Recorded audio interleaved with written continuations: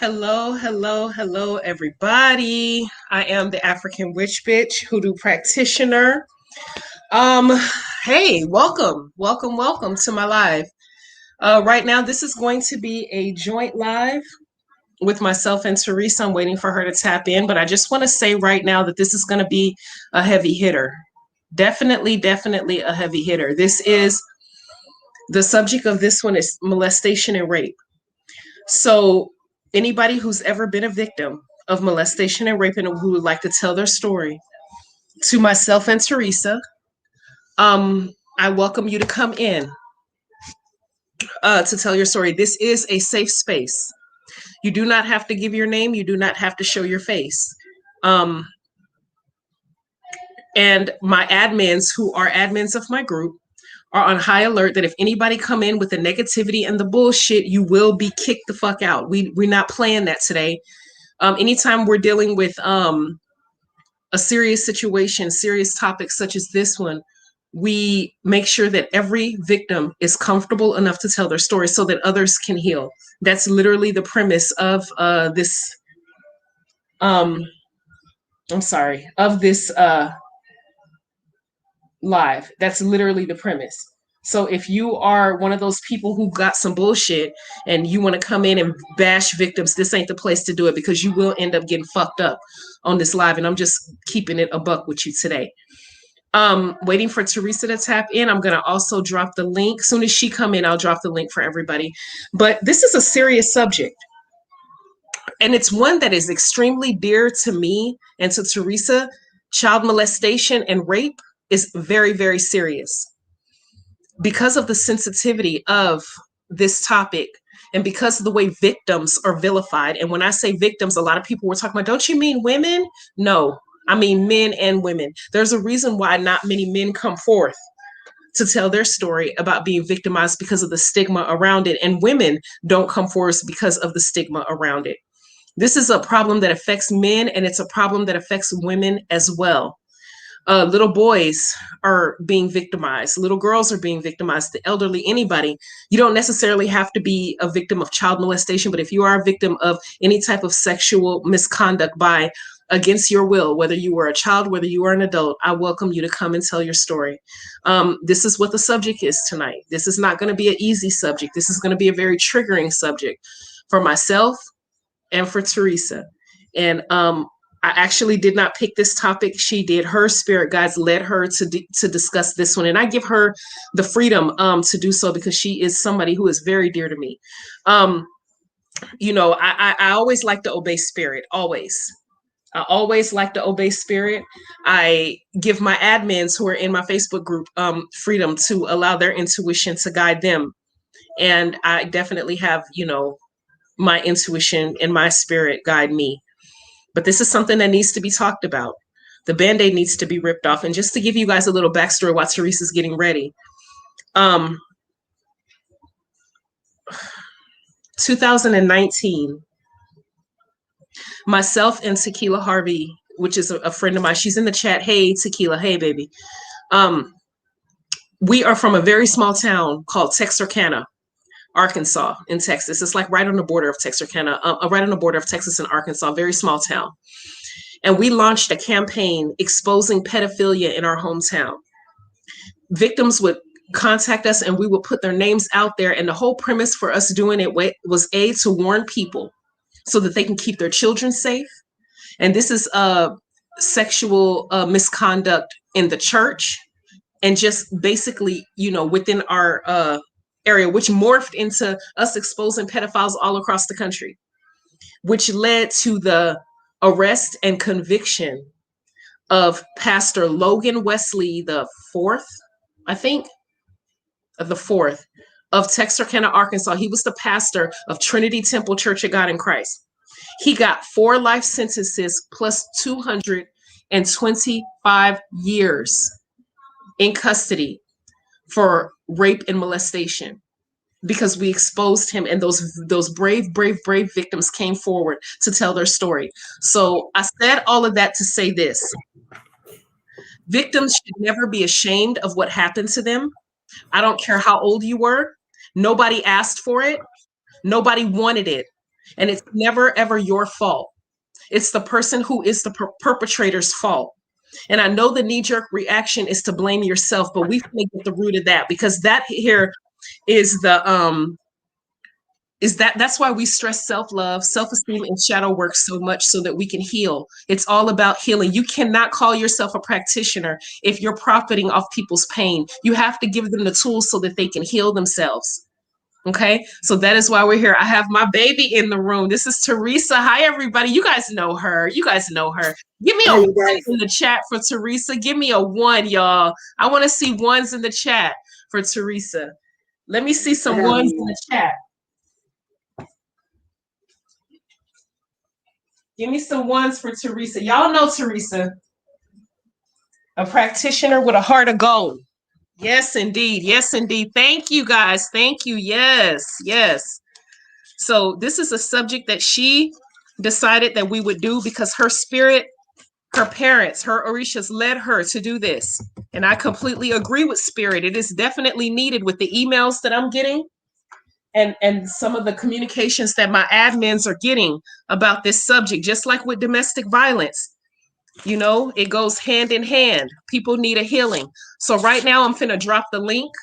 If anybody want to come up, you are more than welcome. How you doing, Teresa? I'm doing great. Thank you. How about yourself? I'm wonderful, girl. I'm ready for this. I had to do some meditation and get myself ready. Yeah, me too. Me too. This is gonna be a Yeah, heavy subject. for sure. You know me, I love heavy subjects. Me too. I'm trying to get my meditation right, get the energy right in the room. But that's why we're here. We're here to help people. Thank you so much, Eileen. Thank you. Eileen, thank you.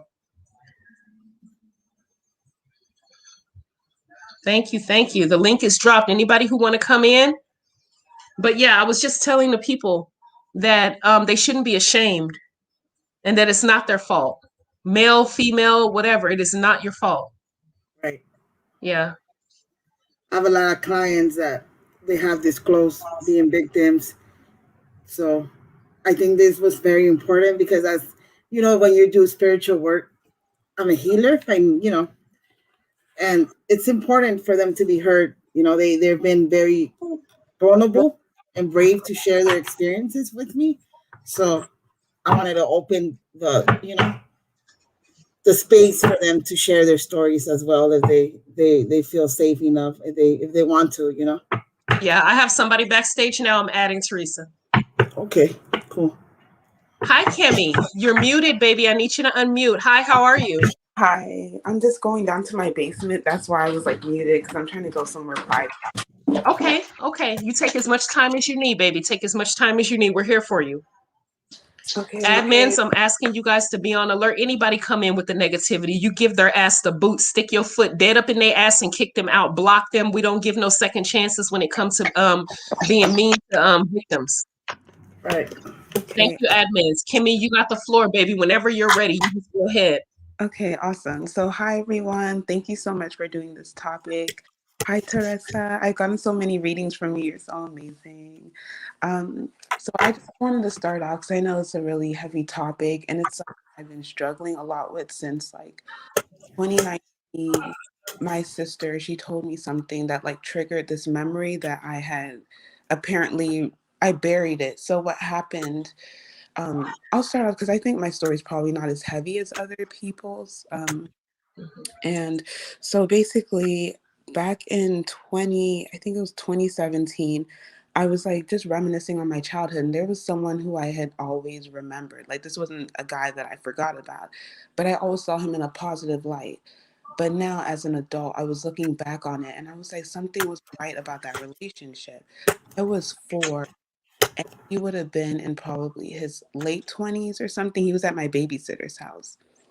Mm. And I was thinking about like, I always thought of him as like a really friendly person. I thought back on it and I was like, I think he was actually grooming me because this wasn't someone that I knew. Like, he was just there one day, just randomly. I was sitting on the floor watching TV. He was like, oh, you can sit on my lap. And then from there, it was like, oh, let me take you to like get snacks. And then we had our little inside jokes. And I can't remember exactly anything happening. between just like a lot of stuff, like him being too close. One day he just lost his temper with me out of nowhere. Like I was being a kid, doing regular kid stuff and just playing, and like I think I just wanted attention because he was ignoring me, and usually he gave me so much attention. And he's like, you keep being loud, like I'm gonna put you in the corner. And like he picked me up. I remember him like picking me up and then like slamming me down in the chair. And like I'd never seen that side of him. So I was thinking about that. And I had an abusive childhood, so I was like physically, emotionally, and verbally abused. But I was thought, well, at least I wasn't sexually abused or something. But now when I remembered that, I was like, no, no, no, because I was just going to be too much for me, and I pushed it down. And then when my sister told me what happened to her friend, how her friend's father basically been raping her from like middle school and stuff, that like triggered that, and I brought it up. And I just been on this downward spiral since then, like because I was connecting other things, and this is something that's really taboo and people don't talk about. But Mhm. I ended up like touching another kid, and I remembered that when I was older, like probably in elementary school, and I felt like a monster. I was like, does this mean like I'm a bad person? Does that mean like that's who I am now? And obviously now I'm older, I can connect the two things, and I feel like something probably happened to me that I went into, because at 4 years old, how would I know to do something like that? Okay, you were 4 years old and you touched another kid. Yeah. Okay, so first, I know I feel right now that you have a sense of guilt over that, like this heavy cloud of guilt. And let me explain to you something. When you touch another child, like that's a learned behavior. That's not something you're born with. So, in order for you, I know, baby, listen to me. Number one, it wasn't your fault. That's something that you learned from somebody doing it to you or something that you witnessed. And number two, at 4 years old, I can't see you having any malintent to harm a person. You were only doing what you know, what you seen and what happened to you. So I don't want you blaming yourself and picking on yourself and vilifying yourself. You understand what I mean? Yeah, Because it's not your fault. You were four. I understand. And like after that time, I started like I would have nightmares all the time. Around that age is when I had my first nightmare, and it was always like something really violent or people getting chased. And then I had other symptoms, like I would always like I got sick a lot. Like everyone could have the same meal and I'd be the only one that got sick from it. And that happened all the time. And now I'm looking back on it, I'm like, I feel like there's a lot of stuff. There's other things that like my mom told me she knows, but my mom is so messed up herself. She was like, I remember one guy in the church, he was like clearly trying to groom me and my sister. He would like hug us and then hug us too tight and like hold on to us. And one day, this was when I was older, like 16, I was like, no more hugs, because I tried telling my mom. She was like, well, you must like it if you don't tell him to stop. So then I was like, okay, so now it's on me. And I told him like no more hugs for me or my sister, no fist bumps, don't touch us, nothing. Because one day I caught him checking me out, so there's no way he can say, "Oh, I'm just friendly." And later on, I tried telling the church. I mean, they ended up covering up another scandal, but the guy ended up going to jail anyway because I think she went to the police instead. Yeah, I was very Good. because they definitely tried to sweep that under the rug. And I told her, like, you need to watch out for this man because he was doing this with me and my sister. And he always has like the little kids up on his lap and stuff. I'm like, there's something not right. She's like, oh, well, he loves kids. I'm like, yeah, I bet he does. I bet that's exactly what he says. So he can continue having access to them. And I don't know. There's just so many of them. Right now, I'm in school and I'm trying to like major in something that'll allow me to have like an impact on this issue because I want it to stop. It doesn't need to keep happening. People don't need to keep being traumatized. And you know what, Kemi? You just said the magic word. I think that with with you trying to help kids that have been victims, even adults, because a lot of what happens with sexual abuse at times when it happens when we're infants, like when we 1, 2, or 3, we repress those memories. Even older kids do, and then they don't start coming out until later on in life, pieces by pieces, flashbacks by flashbacks, and then it's like a puzzle, and you build the puzzle. That's what happened to you when you were 4 years old. You touched a kid because someone touched you. So it's like Tiff said, it's learned behavior, you know, something that you can do, and this is not me as a witch. It's therapy, therapist, counselor, things that you could actually work with families, and also psychoeducate them about abuse, sexual abuse of anything, physical, mental, any type of abuse. So you have a good, I'm giving you lots of readings. Sorry, this topic, by the way, is very personal to my heart. Me So too. if I break down, don't mind me, okay? Um, but Teresa, you froze. I froze.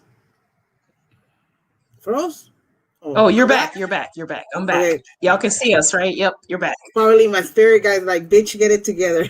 But anyways, for real, she hates it. But anyways, just to let you know, I know that you reach out a lot for reading. So if you ever need any guidance of what you can do, just shoot me an email, shoot me a text, and I'll go help you with that definitely. So that's very important. Very important. Thank you so much. Yeah, I You're love welcome. Got a and You're big so old heart. welcome. I wanted to ask, like, what's something you can do? Because ever since that happened, and so many things happened last year, also just like back to back, and I feel like I'm not able to recover. And now it's like I just have like these thoughts where it's like nothing's going to get better. I start feeling like really hopeless, and I honestly just want to give up because it's so exhausting. Like you look at the way the world is, and I think about the stuff I've gone through, and it just feels hopeless. Shadow work. Nine of Swords. Yeah, shadow work, self love work, Yep. meditation for sure. Okay. You just got to heal from it, baby. And it's no easy task. Shadow work isn't easy. It's not a bed of roses. It's not beautiful. It's not unicorn farts. It's when you dig deep inside yourself to detect and notice the ugly parts, the hurt, the pain, and you pluck that shit out. And it's a process. So that's what I highly recommend you do. Are you in my private Facebook group? I am. I reposted the homework for shadow work that I posted late last year. Start on that. Have you started? No, I haven't seen it. I'm so busy with work and school. I'll go on and look at it. Okay, it's two of them. One, homework session one, homework session two. That's where you start. Okay, thank you. Because I don't really want to like give up, but it just wears on you. It just really wears you I down. understand. Okay, thank you. You're welcome, baby. Okay, bye. Bye bye. Bye, Kimmy. Thank you. Hi, Queen. You're muted right now. Unmute yourself, baby. Hi, give me can I have just one moment so I can step like by myself? Absolutely. Thank Take you. as much time as you need, sweetheart. Yeah, that's one thing that I notice with victims is that they have this guilt about the abuse. And it's so not your fault. Like No, it's not. it's not your fault. It is not your fault. It is not your fault. But I do understand the guilt because I just like you said, this subject is very dear to my heart as well. Yeah. It's very, very dear to my heart. Yep, it's a hard subject for sure. Definitely. Bonita, baby, I see you backstage. You're next. Okay, Bonita, I see you Okay. smiling. I see you. Can you guys hear me? Hi, Queen. Hi, hi, Yes, we can hi. hear you. I'm so happy to catch you guys. Okay, so I want to give a little background concerning Hmm. what I from watching those videos recently. I was literally just cooking, preparing food, and watching those videos, and I got the memo that y'all were live. I was like, oh my god, I gotta join, I gotta join. My bad. I've developed a dissociative personality due to what I like realized happened to me as a child. It's very similar to the Hmm. last person that was live. Um, I remember all I can really remember is that my dad like picked me up, and I want to say we went to like Dallas somewhere or something like that. And I know it was like far away from my home. And he visited like a woman or something. So say that he was like hanging out with this woman. While he was with the woman, um, like her, I don't know if she had a daughter or a son, but like her child, I was in the room with them, playing with them or whatever. And then it was like an older son or a little brother of hers, I think is what it was, a little brother. Give me 1 second. I apologize. The son, I think it was her little brother. That's how I remember it as I was when I was a child. Like I thought it was her younger brother, but he was way older than me. Like say I was like maybe 4 or 5, he was like 14. So this guy would like, I remember times when we would be like in the closet and he would be like kissing all over me, like on my neck and stuff. And he just used to like always just touch me. And then I remember like after that, I think I did it to other kids, not realizing what was going on, like that it was wrong. And like I always had it in the back of my head, like I did that to those people, but I never spoke to them about it, never asked them if they remembered or anything. You were 5? And then yeah, I was really Yeah, young. I you was didn't know, baby. Don't blame like 4 or yourself. You didn't 5. know. I was Yeah. never older than 7, but it was before 7. And so that happened, but I buried so much of it that I can't even remember like who exactly the person was or like what exactly happened to me or anything. Like I can't really remember this stuff, but it created this space in my mind to where like I can like dig stuff and just put it in this like casket or something like super super deep to where I can't remember simple things, small things. Like it'll be like something so simple and I can't. Yeah. Queen, you there? Queen? Yes, Okay. it's Okay. getting a call. It's okay. Yes, hello? Yeah, we can hear you now. Can you hear I me? hear you. Yes. Yeah. Yeah. Okay. So that happened to me. And I just being on the topic and realizing that like that made me come to realization, because really I've been trying to email and talk to you, AWB, and I just had a question that's not necessarily related. Can I speak on that issue or? Sure. Sure. Okay, cool. So my boyfriend's, technically speaking, like his child's mother, they broke up right as he and I got together. She basically blames me for the whole situation. Long story short, this woman pulled up to my house the other day. I haven't had contact with her, nothing. She's lied and said that I tried to that I abused their son. I've done nothing, literally nothing to take care of the son. Like if I say take care, take care. Like before I had my child and everything, I was taking care.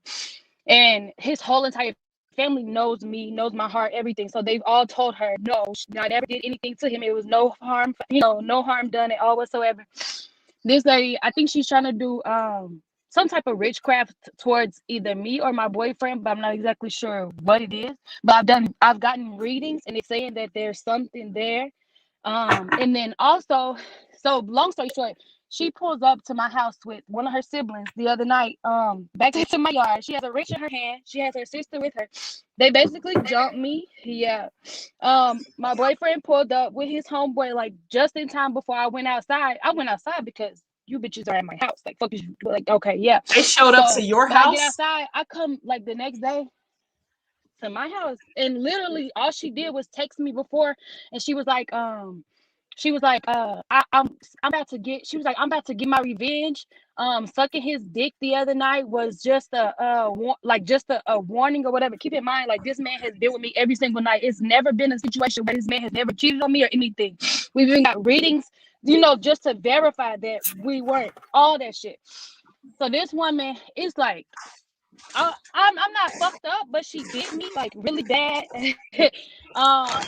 They got scratches all over my face and shit. This woman showed up with a wrench to my door, and then afterwards they left, and I'm like, I don't know if I should. When I went around to the house the next day to check on like how, they was all in my backyard and everything. It's dark as fuck back there, all types of animals and shit. These bitches, whatever. So I go back there to check. This bitch was trying to take the screen off of my back, like my bedroom window, and to try and climb through the window. So yeah, I was like, I don't know what it is I need to do. If I need to do a holy desk candle or what. Like I literally have your website up. I just wasn't certain of what I wanted to get. But Well, hold something, that I need thought. to do something. We finna find out what's going on. Teresa, Okay. Because now before you start, Teresa, let me say this. There is some crazy assholes out there with some self-esteem issues that can't let go. That's exhibit A. Exhibit B Right. is there's some Mm-hmm. grimy ass dudes that give these crazy ass bitches with these self-esteem hoes a green light to operate in their life. Now, Right. we finna find out if your dude is really giving her the green light to think she got ranks and rights, or if she's just one of them crazy ass bitches. Teresa, I'm Right. gonna give you the floor. All right, Queen. Give me his name. You said his name? Can I like send it in a private chat? Yeah, If hold on. if I hit Teresa, can you see the chat, is private that chat? okay? Yeah, that's private chat. Yeah, I could do it.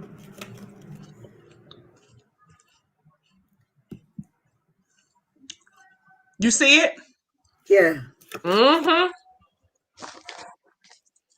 Damn. Let me do what I do best, huh?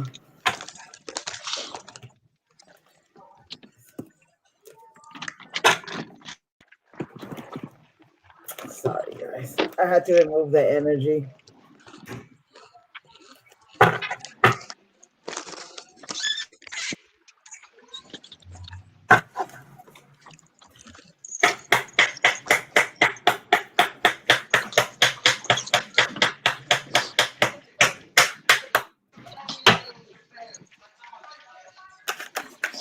Want some more?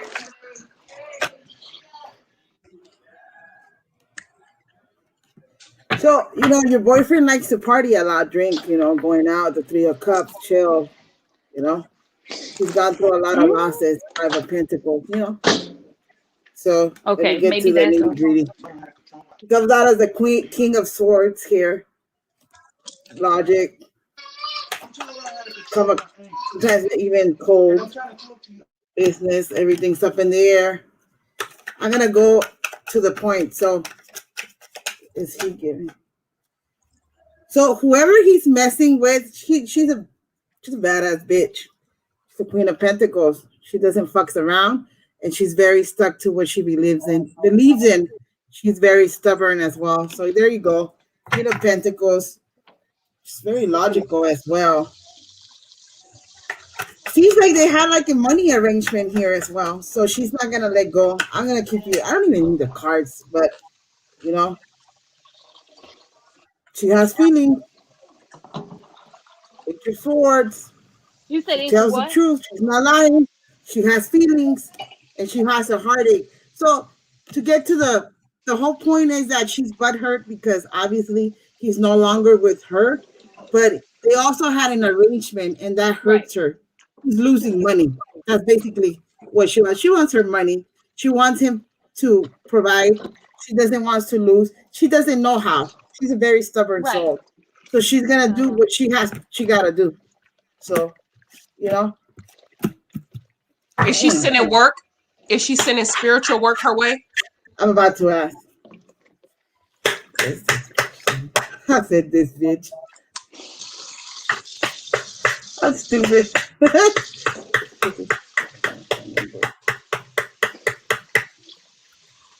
Let's see.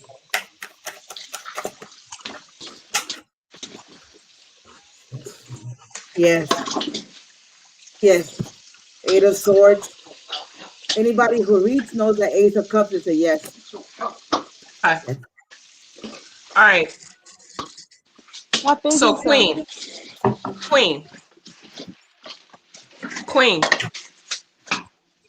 Can you hear me? Oh yes, I'm sorry. Yes. Okay. Yes.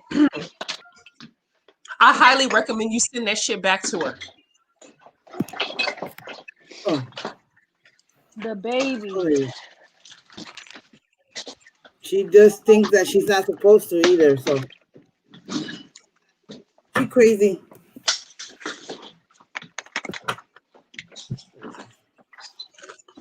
So the answer is yes. Anybody who reads knows that. Okay. And she's pissed off because he don't want her. Right. Pretty much. She's butthurt.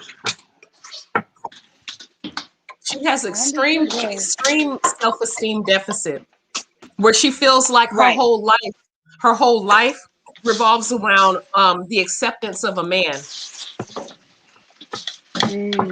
That makes sense. She also loves money, so she Queen of Pentacles. She loves money, so there goes your answer. Right. So this is what I suggest you do. You Okay. need to be heavy on your protection work, and you need to send this shit right on back to her ass. Everything that she's sending to you negative, send that shit right the fuck back to her. Return to sender. Yeah. Highly recommend that you do that. Okay. Okay? You hear me, Queen? Okay, cool, got it. Yes, I got it. Can you hear me? Yeah, now I can. You were breaking up for a minute. Okay. Okay, cool. Well, yes, I got it. Thank you all so much. You're welcome, baby. You're welcome. Anytime, man. Bye-bye. Bye-bye. All right, Empath, you're next after Bonita. Hey, Bonita. Hi. How are you? Glory. I'm fine. Hi, Teresa. Hi. So, my story. It happened when I believe I just turned 10. And it was a friend of the family's, my dad's friend, when the molestation first started. My mom, of course, was an alcoholic. My dad was a drug addict at the time, and this particular day, the guy came up. His name was Keno. I'll never forget this guy's name. He came over to the house, and my mom, for some reason, left me and went down the street with her friends to get drunk. And my dad was somewhere. I don't even know where my dad was at, but I was at home with my little brother, who had to be about 2, 3, 4 months old, newborn at that. And the guy literally came in the house. I guess he was high because he was on drugs too. And the paranoia from the highness kind of triggered him, because I can remember clear as day. He came in the house and he said, "Get upstairs, they're after us." And I'm confused because I'm like, okay, I'm 10 years old. Who's after us? My little brother is a fresh newborn. He had to be between 2 and 4 months laying on the couch. And I'm like, I can't leave him. So I remember the guy Keno going into the kitchen, grabbing the biggest butcher knife my mom had in the house. And he said, "Hurry up and get upstairs." And in our upstairs, we had a wall. It was like a hollow wall. And he punched out the wall big enough, a hole big enough where we could fit in there. So he just kept saying, they're outside, get in this wall. At that point, I see the knife. I'm 10 years old. I got to follow the rules. So when I get inside this wall, I'm shaking, I'm crying. My little brother's downstairs. No one's there to protect me. And it's like, okay, Bonita, whatever he say, do it. So I remember he took his clothes off and he made me take my clothes off. So at that point, I had to think fast. I never knew in my entire life at 10 years old I had the power I had, because I tried to manipulate him into believing that, okay, let me go to the window to see if these people are out here. And he was like, no, if you go over there, they're going to know we up here and they're going to come in and they're going to get both of us. He basically wanted me to believe that these people were outside, make believe people were outside and they were going to harm us had they got inside the house. So I'm scared as hell. I'm scared and petrified because he has a humongous butcher knife. And at that point, I knew I was about to die. I knew I was about to get raped and die. He penetrated me. I had no clue. I felt so helpless. I didn't know what to do. He was a big man. I couldn't fight him off, so I had to deal with it. And at some point, I was able to say, let me see if they're still outside. So I hurried up and looked out the window, and I seen no one there. At that point, my thing was to jump. We had about 15 stairs leading up to where we were. So something said run, and I skipped every step, almost broke my leg, but I got up out that house. My little brother still on a couch, and I ran outside butt naked. And across the street, my uncle had a girlfriend. I don't know how my uncle and cousin pulled up at the same time, but when they pulled up, they saw me out there, and my uncle's girlfriend grabbed a sheet and she wrapped it around me. But the guy, I'm on live, please move. the guy came from behind the house. I don't know how he got from upstairs to the behind the house, but when he got from behind the house, my cousin and my uncle shot at him. It had to be all of God with this man because every bullet that my cousin and my uncle shot at this man missed him. And I told my mom comes from down the street. My dad finally comes. My big brother, Lord rest his soul, he comes, and my mother. It was just like, okay. And I'm telling her he did this to me, and she's drunk, and she really didn't care. So she made me put my stuff on. There was no going to the hospital. It was basically like, okay, he did it, whatever. Um, we went down the street with her to her friend's house while she was continuously drinking. And I seen this guy's face everywhere in the window. It was just something mental. It was, I seen him everywhere, like standing at the door, in the window. And it was a mental thing. But years went on, and it affected me hard because I never knew why that happened to me. I was 10. It was out of my control. But as I got older, um, it happened. I feel like I allowed myself to be put in that position 3 more times. I was raped 4 times total. Um, I felt like there was a proper way for me to get attention. My dad was a drug addict. He left home. I've been molested by a drug dealer, um, a guy I did not know who was a friend of the family's again. And then I was working at a drug house because my mother ran off of her boyfriend. My sisters was in the system. They were in the foster care system, and it was just me that was out here. And I let, well, being in a drug house, I got taken advantage of. But the whole time, when I was 10, that one sparks me the hardest. Um, I was maybe between 12 and 13 when the other three took place, but I learned as I got older to not use it for sympathy. I have daughters myself now, and for me, it was like a strength barrier because now I'm very defensive. I'm not gonna say I'm not. Um, I try to help other people now because it's like, okay, I've been there. I know when your innocence is gone, you can't do nothing about it, but you can heal from it. You can move forward. You can help someone else. But for me, it took a toll on me. It did. I started accepting bullshit from guys. I start feeling like, okay, I have to let you do this to me because this is what I'm used to being. It's been done to me several times, so this is what I'm used to. No one ever told me, no, that's not what you're supposed to do. A man is not supposed to treat you like that. They're not supposed to disrespect you like that. My mindset was, okay, this is what I know. Um, but as I got older, like I said, I started to learn this is not how I'm supposed to be treated. This is not how a guy is supposed to handle me. And I remember when I was married back in maybe 2000 and what 10, 11, my ex-husband came home from prison, and we were doing our thing or whatever. And I could remember myself crying. And he said, "What's wrong?" And I said, "You're raping me." And he was like, "What?" And I said, "You're raping me." And he was like, "I'm raping you." And I felt like I was in bondage. I felt like it was like the whole thing from when I was 10 played all over again. I jumped up, ran out the room, went to the bathroom, and I stood behind the door, sat on the floor, and I cried. And I could never explain to him why I felt like that or what took place for me to feel like that because I felt like he wouldn't understand.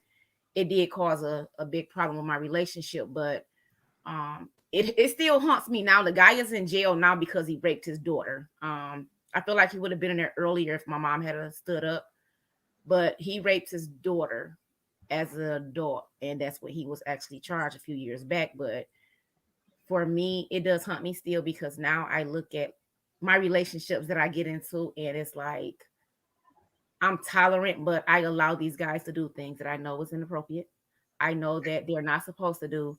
Um, and then even with my daughters, I'm scared for them because I'm very protective, and I know I gotta lighten up a little bit, but I'm scared because I don't want them to go through what I went through, and I don't want them to experience what I went through. Um, it's definitely scary. It's scary as hell.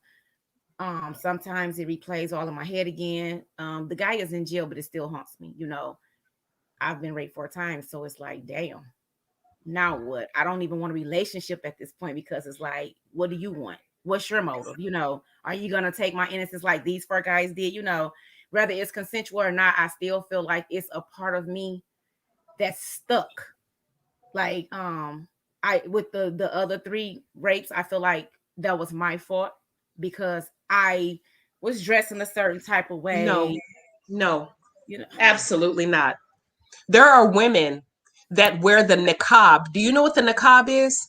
That's when No. the only thing that shows is your Okay, yeah. eyeballs in Yeah. Muslim countries that get raped. They're covered from asshole to eyeballs and they still get raped. There are nuns that get raped. There are little bitty girls that get raped. You could have been walking down the damn street naked. That doesn't give any man the right to touch you or sexualize you, especially if you're a child. Whether you're an adult Right. or a child, but especially if you're a child. It has nothing to do with what you have on. It does not matter what you wear. So Yeah. please, baby, don't blame yourself. Yeah. You It did was. nothing. This dude was a psychopath and a fucking drug addict that was hallucinating. Yeah. You could have been wearing a damn onesie with a damn a piece of shit on your head. It wouldn't have Right. mattered. Yeah. And it was semi like my family. My mom knew about it. My dad. And when my dad was on drugs, my mom was an alcoholic. So I guess they couldn't process, even though they knew. Like for a long time, my mom was always just whatever. And I seen a lot of stuff that transpired with her ex-boyfriend, who's now deceased, before he passed away, where he molested, my niece, and he attempted to rape, molest my daughter, but I shut it down quick because I'm like, I will go to jail for mines. But it was more so of embarrassment. Half of my siblings, my sisters, they don't even know this, but it's like it's a form of embarrassment, which I know I need to deal with it because I don't want it to keep haunting me. I don't want it to keep making me feel insecure, so to speak, and make me feel like I have to have this wall up. Um, I'm not saying I'm soul searching, but what if Mr. Right come and it's just like that wall is there, and because of these things, these triggers, or whatever this Mr. Right does, it triggers something from what I went through in my past, and it manipulates our relationship. But I've been And dealing this with. is why, baby, this is why self-love and shadow work is so important. Because what I feel is that you have the energy, the desire to heal completely from this, not let it define you and move on with your life. Yeah. And that's a process. That's a process. And I'm thankful that hell, you done won half the battle. The fact that you want to heal. Yeah. Yeah. I started my shadow work, and I done it and it really got me. It's hard. It's hard, but I know I have to keep pushing forward. Um, I've literally acknowledged some heavy stuff that I've always swept under the rug. I never thought that I'll be able to face some of the stuff that I've ever endured in life, but it's like I'm gonna tell you, I be driving. If I'm not at home in my secret space, I'm driving. I have my meditation incense in the ashtray holder, and I'm driving, and I'm parked, and I'm just sitting there meditating, like, you know what, it's time. I'm getting too old not to go ahead and just let it out so I can get to where I need to be. And I'm gonna continue my shadow work because it's needed. It's definitely needed. You Go know, ahead, sis.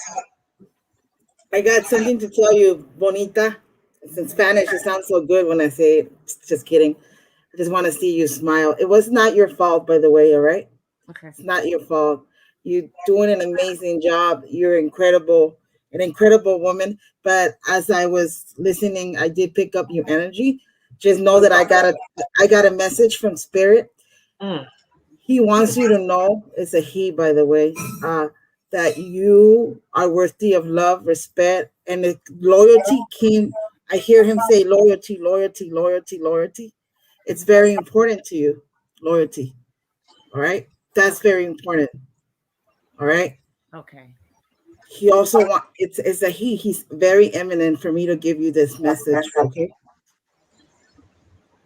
Said why does she feel like she's not worthy of being in this earth at times? So if you ever have that mentality or distortions, snap out of it. Snap out of it. Text me, email me.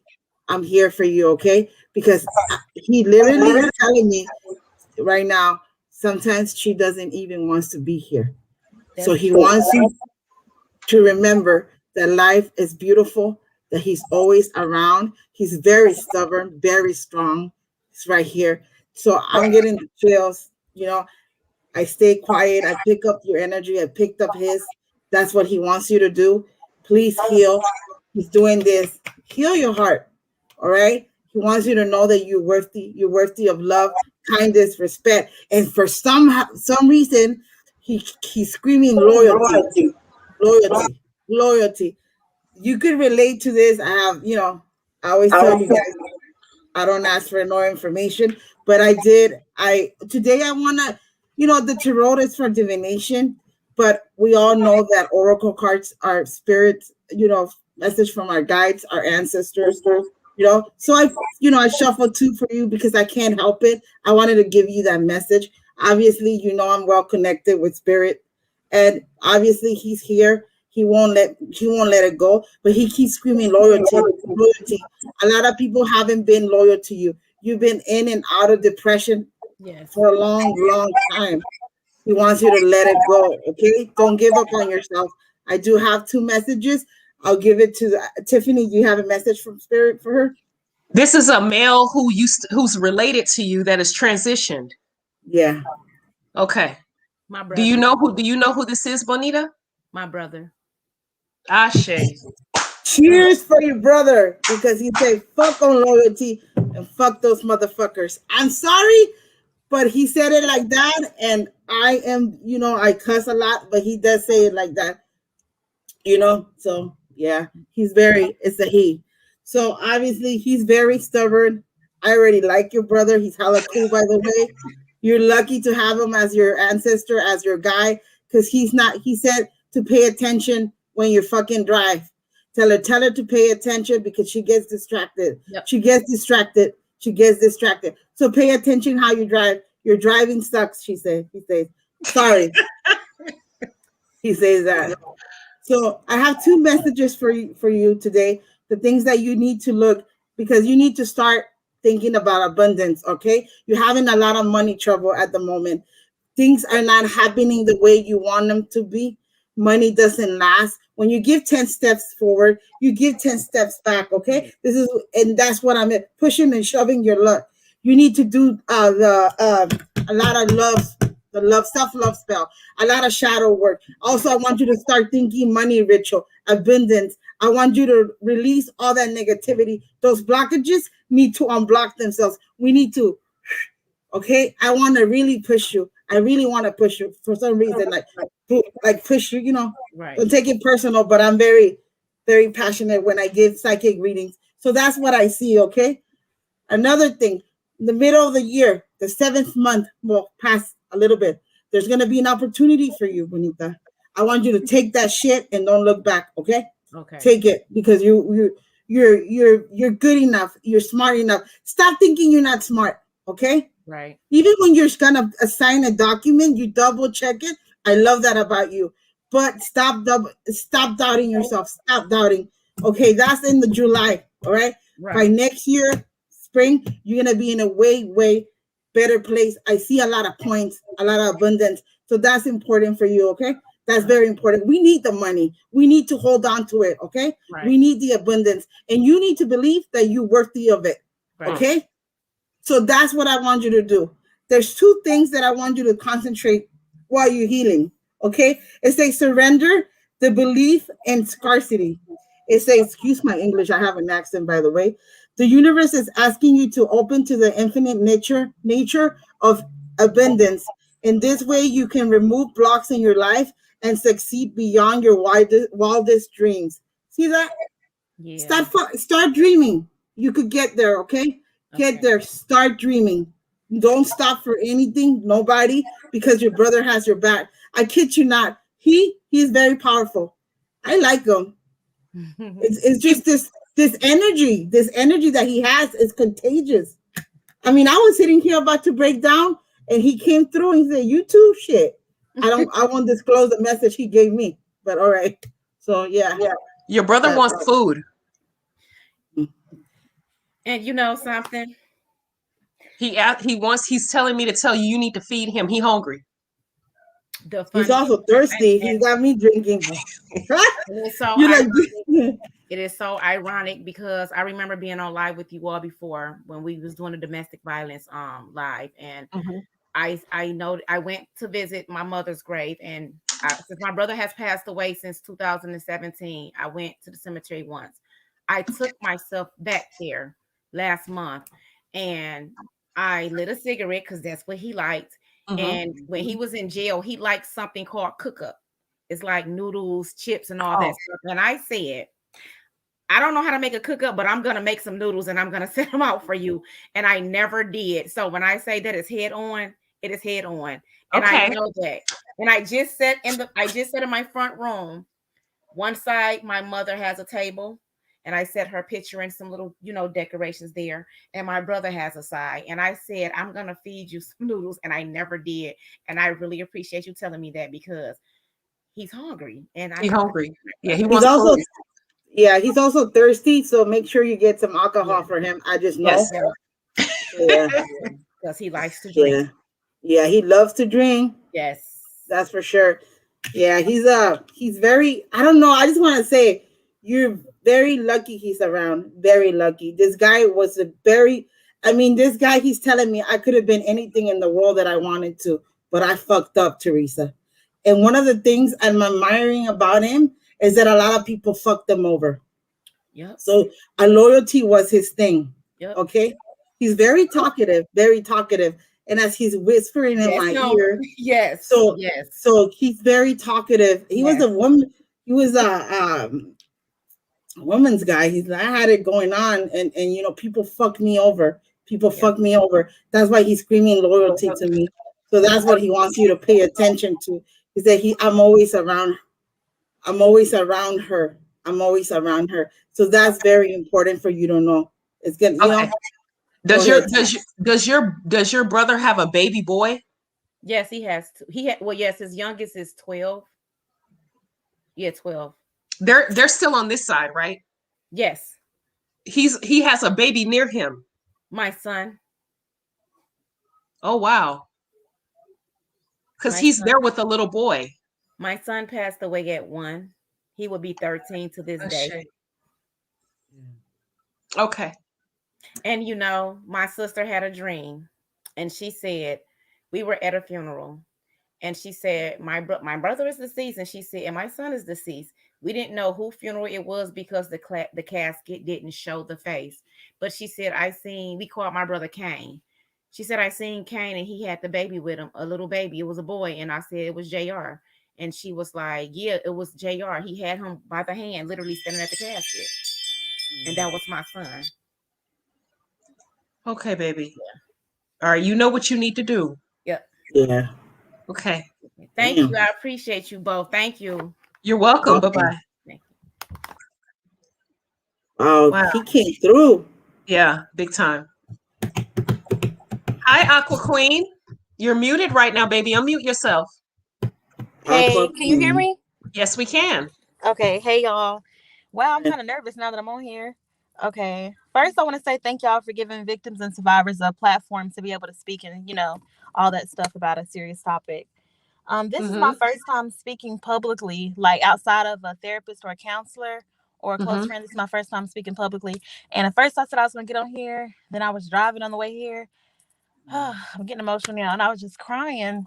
And I was like, oh, I can't do it. But then I was like, it's not fair. Because, like, and it's not fair for us to not be able to tell our story. Why should they win for so long? So anyway, when I was a child, I want to say between the ages of 4, started around 4 and stopped around 8, I was molested by a family member, one of my mom's siblings, right? And anytime I've said this, people assume that, oh, it's your uncle, oh, it's your grandpa, but it was my aunt. And that's Mm. embarrassing to say that, like the first sexual contact that I should have never had, was with the woman, and not by choice. That's embarrassing.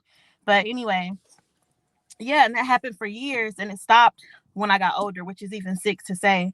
But honestly, I like compartmentalized that trauma, and I buried it, and I didn't even know it happened. Seriously, like I forgot about it. And I remember the day that I realized it. I was in like middle school, probably 7th, 8th grade, and I was in art class painting, and for some reason like a switch went off and I realized, wow, this happened to me when I was a child. Like I had forgot about it all those years.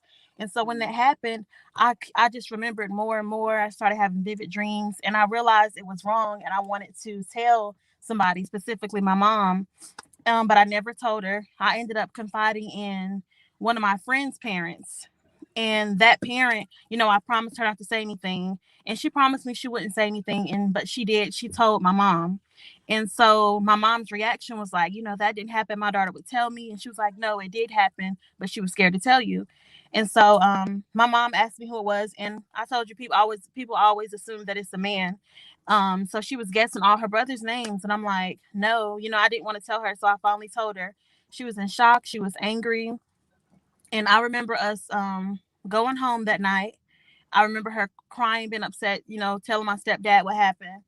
And I remember waking up the next morning and she called me downstairs and I went downstairs and she was on the porch and she said, I called mama. So this was my aunt that did this to me, right? And Mm-hmm. so my mom called my grandmother, which is her mom, to tell her, like, well, so and so did this to my child. What's going to be done? Because it's her little sister. But mind you, she's an adult. She knew she was of age to know what she was doing and know that it was wrong. And Mm-hmm. oh, yeah, I forgot to say this. So I come from a saved, sanctified, filled with the Holy Ghost type family, right? Like my grandma is a Mm-hmm. preacher. I grew up in the church, all that type of stuff. I'm no longer in the church. I don't classify as a Christian, but I wanted to point that out. That the person that did this is the quote unquote babysitter, choir director, and my grandma is the pillar of the community. So anyway, she tells me, well, I talked to mama about it, and she said that she's not going to say anything to her because she doesn't want her to kill herself. And I said, what? I'm just looking at her. And she was like, so that right there was telling me, so we're not going to do anything about it. We're just going to act like it didn't happen. And I just remember I didn't even cry. I just got angry. And I was angry for years. And I resented my mom. I resented everybody. I was like angry because it took so much. Although I didn't tell you, someone else told you my story. I felt like, okay, something should have been done immediately, regardless of how long ago it was, because that when she finally found out, I was like 15, 16, but it happened when I was 48. But regardless, I was pissed that nothing was done about it.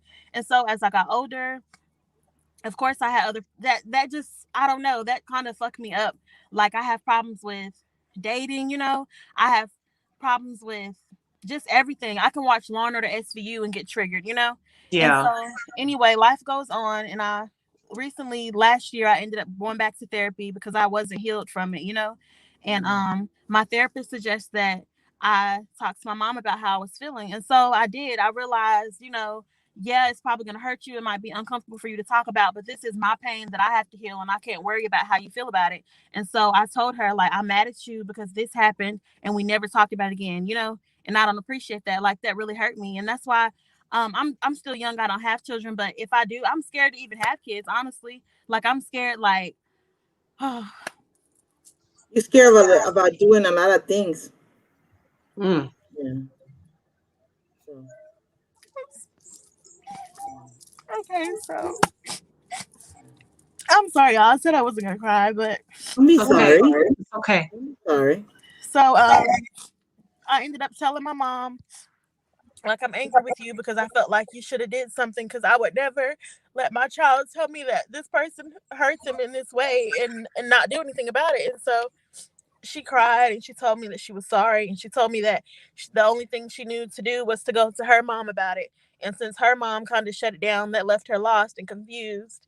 And she told me that she wanted to kill my aunt and that she thought about, like, shooting everybody and stuff. But like, she told me that she didn't do anything because she didn't know what to do. And she told me that my grandmother told her that I was lying. But see, I never knew that. I never knew that my grandma said I was lying. They didn't tell me that until, like, over the summer. And I was like, wow, she said I was a liar. And I was like, oh, that's something I would never lie about. Because, like, Right.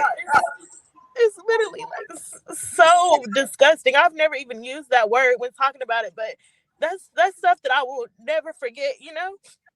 Absolutely. And to this day, like, I have to go to Thanksgiving, birthday parties, whatever, and around this person to act like it never happened.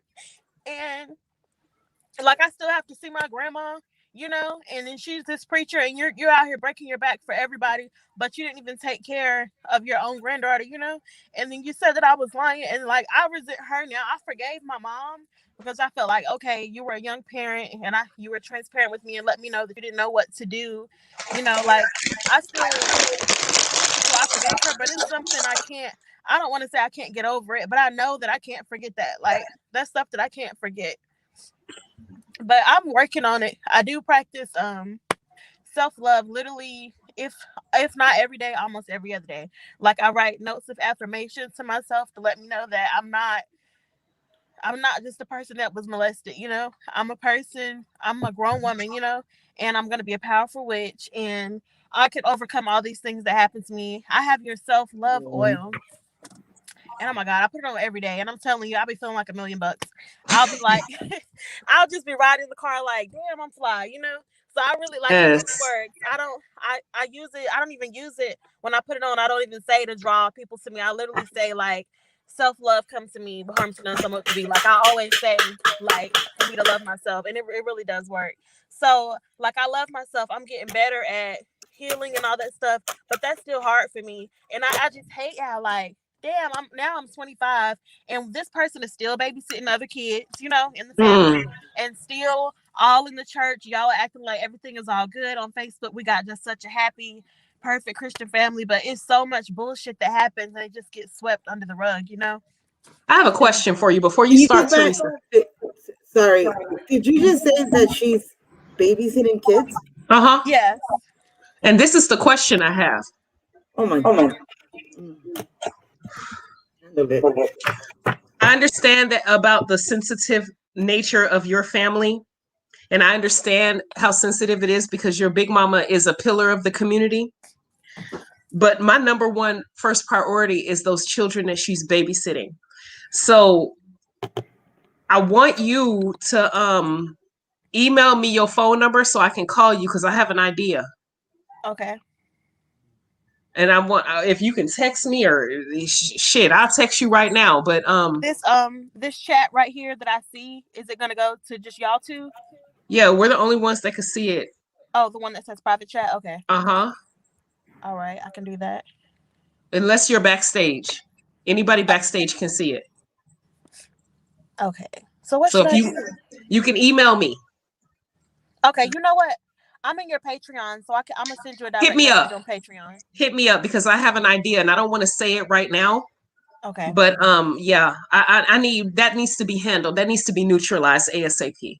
And then y'all know what? I don't want to say I dreamt this because it's happening, but I did dream that was happening. I dreamt that she was still hurting like a specific little girl in our family, right? And I don't know if I dreamt that because I'm paranoid, you know, or because of, you know, it happened to me, or if I dreamt that because it's happening. Because before I knew anything about the African spirituality, when I was a little Christian girl, I've always had dreams, and my dreams always come to pass.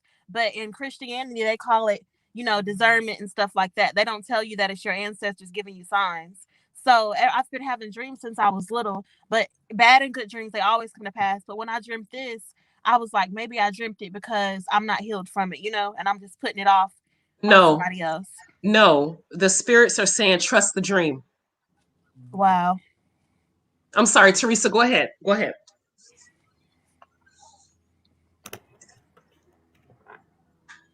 That bitch. I would stop cussing one day. I promise you guys. I am very pissed off. I can't even fucking. How the fuck you gonna work with kids when you out there molesting people? That's fucked up. Yeah.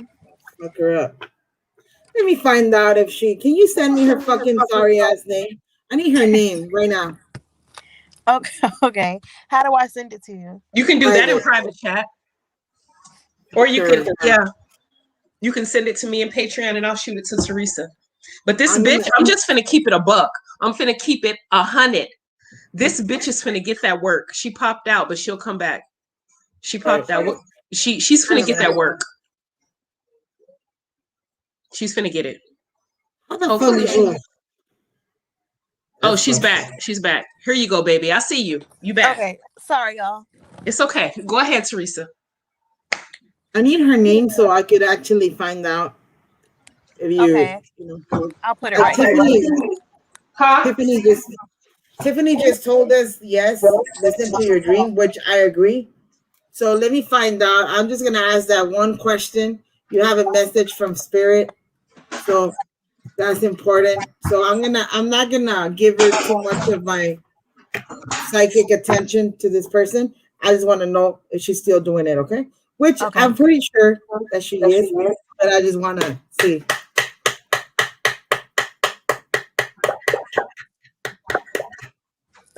The answer is yes, but let's see. Y'all, oh my God. Oh my God. You okay? I'm okay. I don't even know. I can't even explain the feeling that I'm feeling right now. But we gonna take care of her. It's like, how could you possibly, y'all, how could you possibly still be doing this? How? Because she's a pervert. Perverts aren't Yeah. always men. She's also has had a lot of obstacles, but I like that. She suffers from depression as well. She's not mentally stable. She's the hangman, which she's stuck, which I like. I'm sorry, I'm sounding like a bitch. No, you're fine. Sadness, overwhelming feelings. But I don't want to know that. That's not, I don't care about her sad life.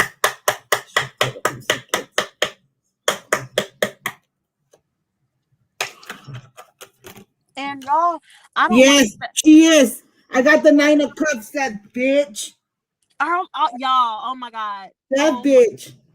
Oh, hell no. Spirit said trust the dream. Your gift of divination is dreams. The stronger and the more you grow in your spirituality, your dreams are going to be more vivid. 9 of Cups. Anybody that reads this, it's about sex.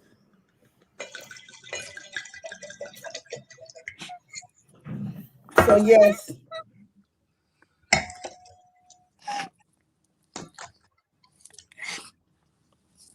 And my spirit guy went wild. Did you see that shit flew out? Mm-hmm.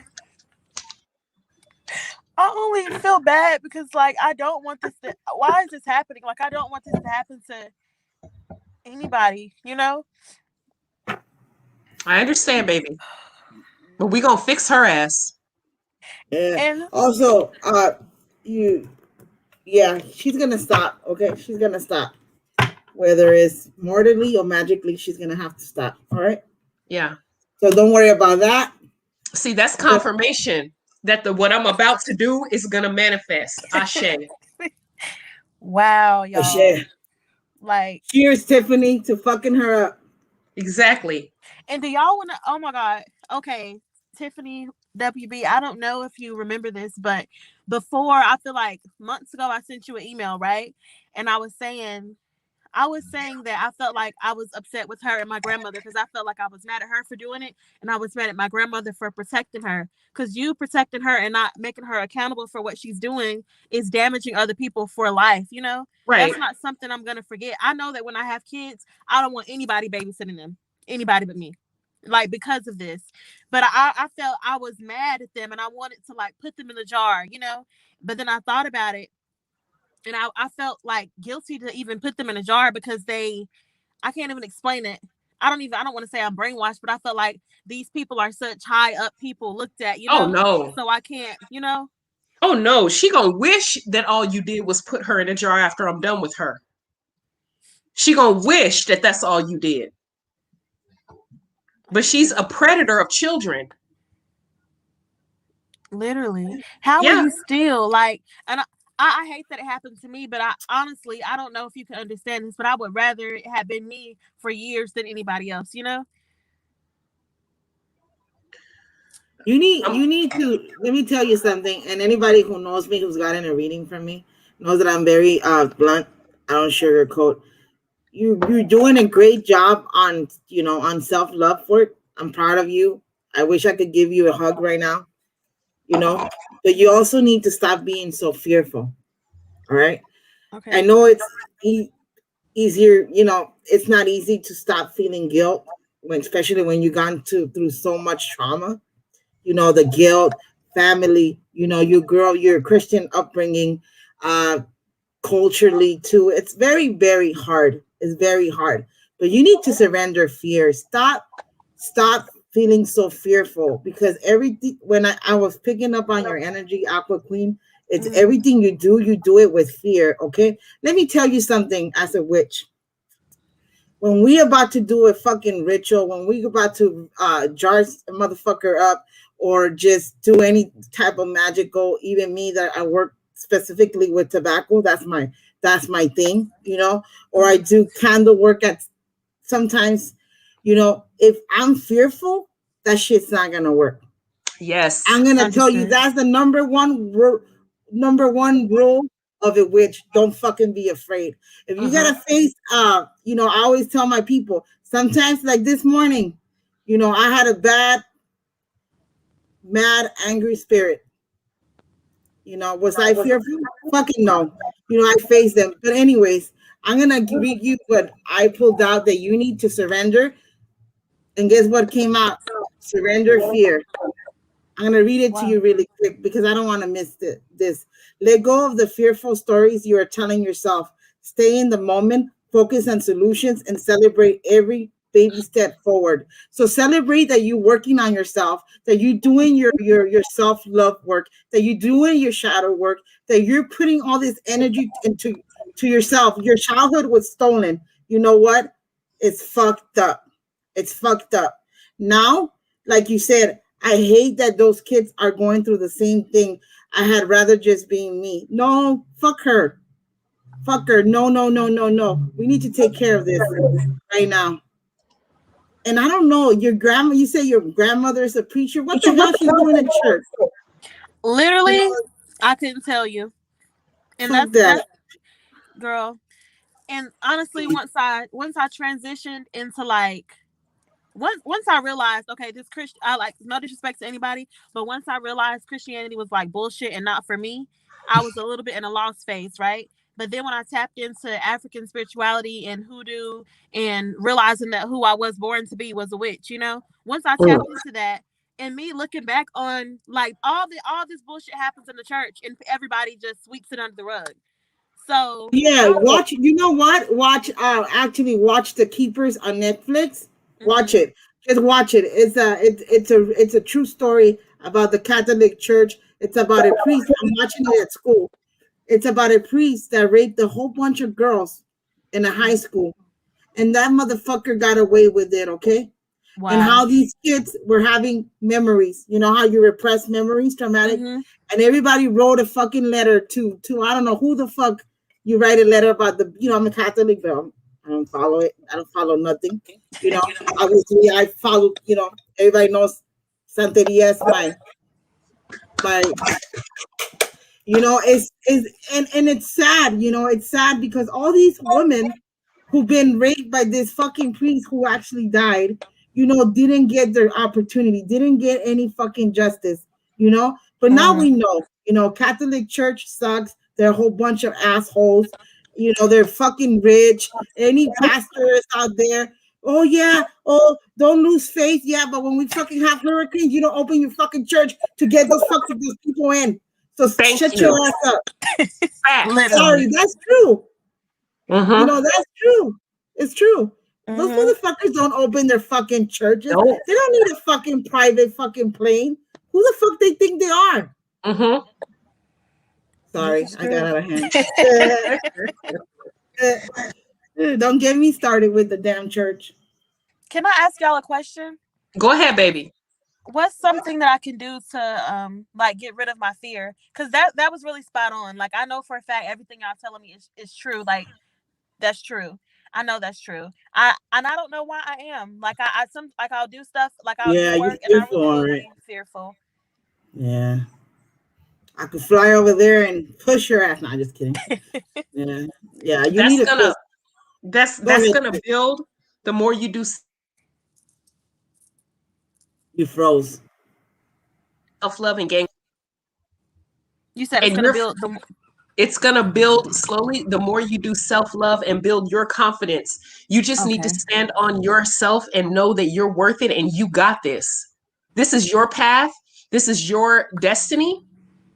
And your tool, your divination tool is going to be dreams, one of them rather. Okay. And Oh you my need to God. trust that. You need to trust that. You've had this gift your whole fucking life. Yep. And This Aqua is Queen, true. let me tell you something. Stop calling your ass dumb, because the next time I hear you, and I know you do this shit a lot, I'm dumb. I cannot do this. And you doubt yourself a lot. I hear the word dumb. I don't know why. Why you think you're dumb and so fearful? You're a badass bitch. I'm sorry. I just gotta tell you the truth. You're fucking smart. So don't ever doubt yourself, okay? Okay. Self-confidence. Surrender fucking fear. Spirit don't lie, girl. This whole conversation has been confirmation. I love and appreciate y'all so much. I wish I could just give you flowers right now. Thank you. Oh, thank you. I don't like I'm a beer girl. I'm a witch. Lord. Thank you, baby. Thank Thank you. y'all. I appreciate you. You're welcome. Take Bye-bye. care of yourself, man. Okay, one thing I want to say first, let me tell Healing Shadows, I'm going to have Cece come on first. She's been waiting, and then you are next after Cece. I just want to let y'all know that because you look cute. I like your little head wrap thing you got going on, Healing Shadows. But look, this is what I want to say before we let Cece in the room. A lot of people, when they hear the word molestation and rape, they automatically knee-jerk reaction think it's a man. Women can be just as fucking diabolical and just as perverted as these men are. But because of patriarchy, we watch our kids around men, but then don't even think about women. There are some sick fucking women out there. And this bitch, the one who not Aqua Queen, but the bitch who abused her is gonna get that work from me. Because she's still doing the shit.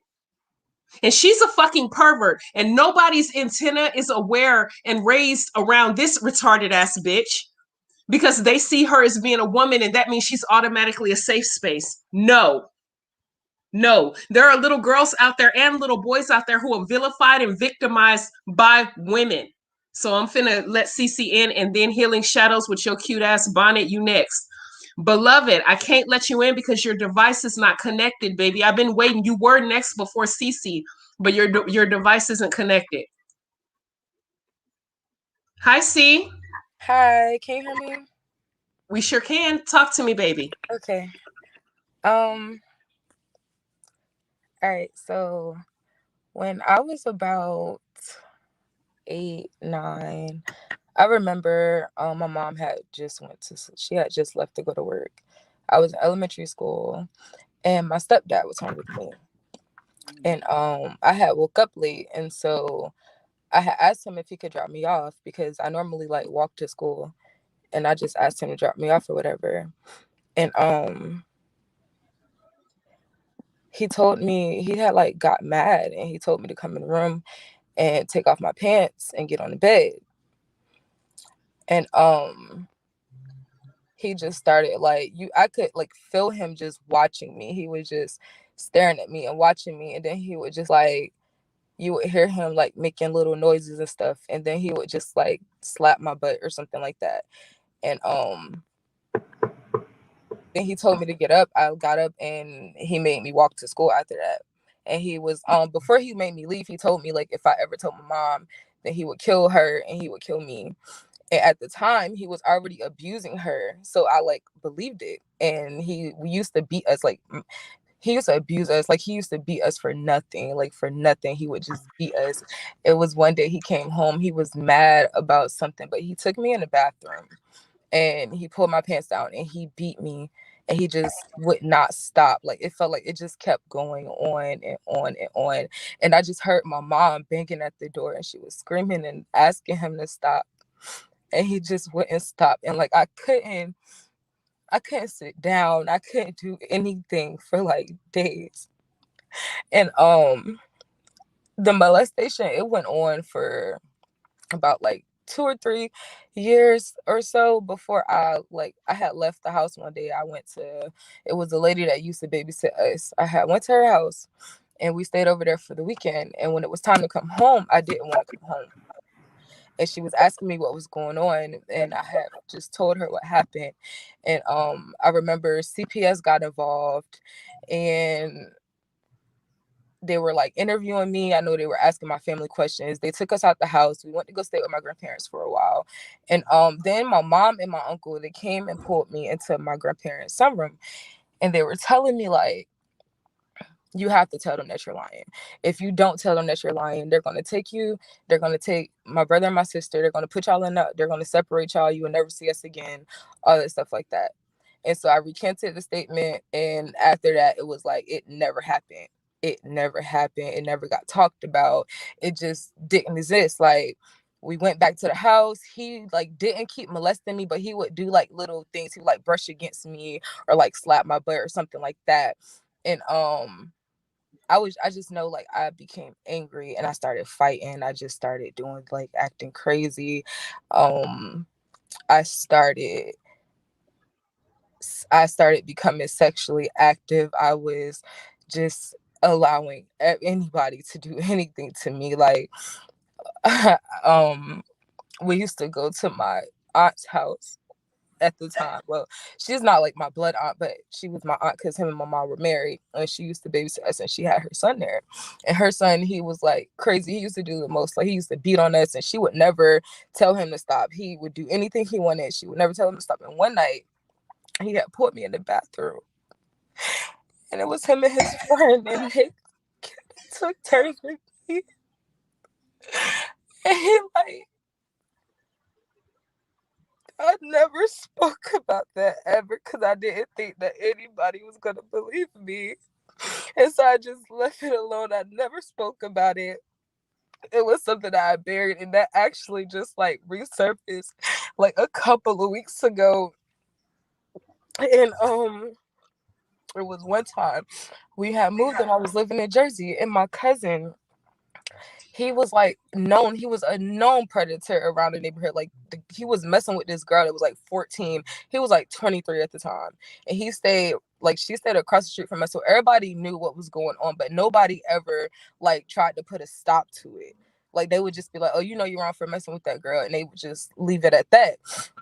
And one night I was like downstairs and I was asleep, and I woke up and he was just like trying to take off my pants, and he was telling me like, "Be quiet, don't say anything." But I stopped it and I like ran upstairs, and it was like after that I told my mom. My mom kind of, she believed that one, and that was only because the boy across, like, he was already known for that. And How old were you? at that time, I know I was in the 7th grade.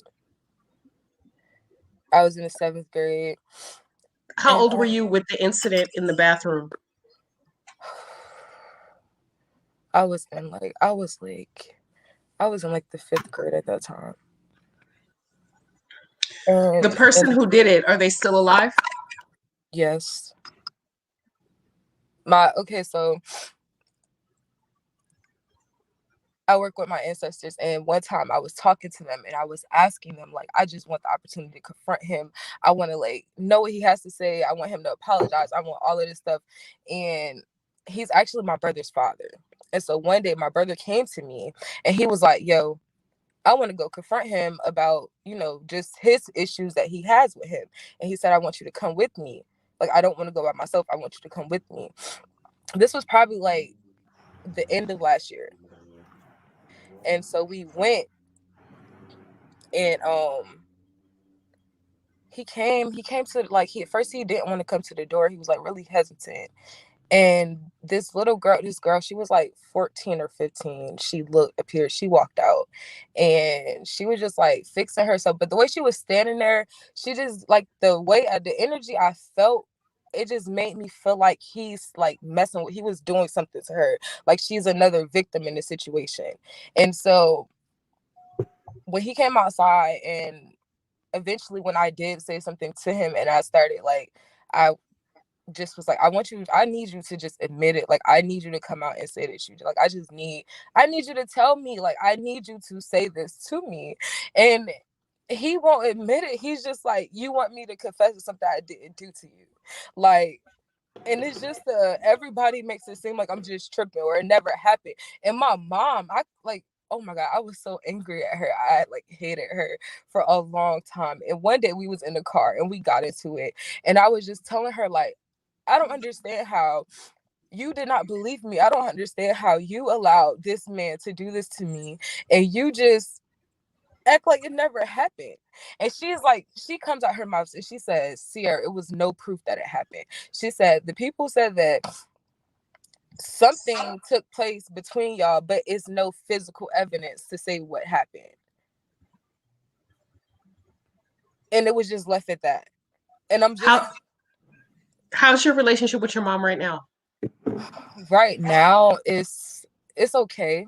Only because I've learned I put up this like wall of not allowing all of that to just determine our relationship. And I have kids now, and I have this thing where I'm so used to know like all these relationships. Every relationship in my life is fucked up in some kind of way. Everybody in my life has done something to me in some kind of way. It's like from my grandparents. I don't have a relationship with anybody outside of my family for real. Like from my grandparents, my grandma's alcoholic. Like she used to. Now she's not as like as physically abusive as she used to be, but as far as her verbal, she gets drunk and she bashes you.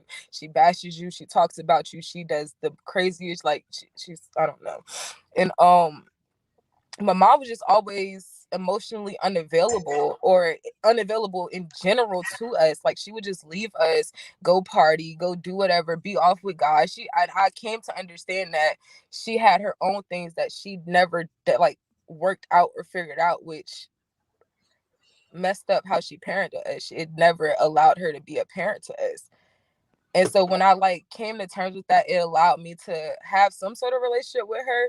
But I also just don't acknowledge all of that anymore. I just bury it and pretend like it never like, because if I bring it up, it's just going to turn into an argument. But I need my kids to have a relationship with their family. I want them to have some kind of relationship. Their father, me and their dad, that's not going to happen. Like, that's a toxic situation of its own. That's something that I can't fix, like whatsoever. That's done. And that just blew up. Like that situation just blew up crazy, like over the weekend. And all I wanted to do, I've been trying so hard to keep him in their lives just because I want them to have their father that is not really healthy for them. It's just the idea of that relationship being there. And I know that's because of all this stuff that I've been through. And I don't have, my dad's been in and out. Like my dad lived up the street from me and I didn't know it till it was time for him to move out. Like it's crazy. It's so like, I don't know. I don't know. Go ahead, Teresa. I'm gonna let you go. Ay, where can I start? Yeah, you know what? I don't even. Yeah. Like you've been going in circles, huh? Right? Yeah. A lot Yeah. of circles there. And I'm lost. Wow. Like I'm lost. It became a time where at one point in time, I buried everything that happened with my stepdad. I didn't think about it. I just left it alone. And one time, I was probably like 16 or 17. It came back, and the memories, I was like having the most vividest flashbacks to like to the point where I felt like I can feel it. I can refill it, like happening to me, and it would cause me to like have panic attacks and everything else. And one day, I just tried to kill myself. It didn't work, and even that situation, it just got like everybody was just like, oh, she just went through something, she's okay. And that was it. Like everybody thinks like they thought that I did that for attention or whatever, but and I told them what I was going through. I explained it to them what happened, and it's just like, oh well, you need to talk to somebody. And that's just what it is.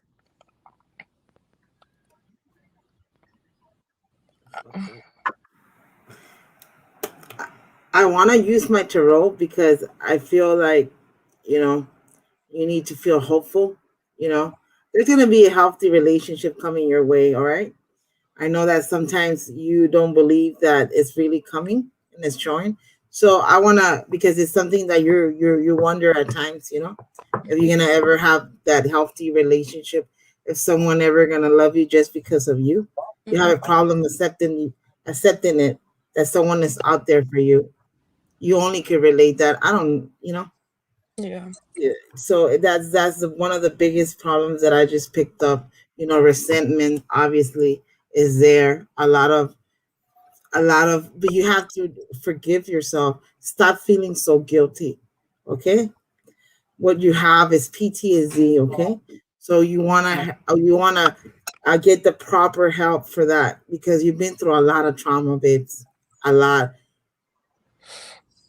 My heart goes to you. Okay, because it wasn't cool. It's not fair that you had to go through all that molestation, all right, that left you at one point so empty, all right, because I sense a lot of sleepless nights, a lot of crying. You have a lot of crying spells, right?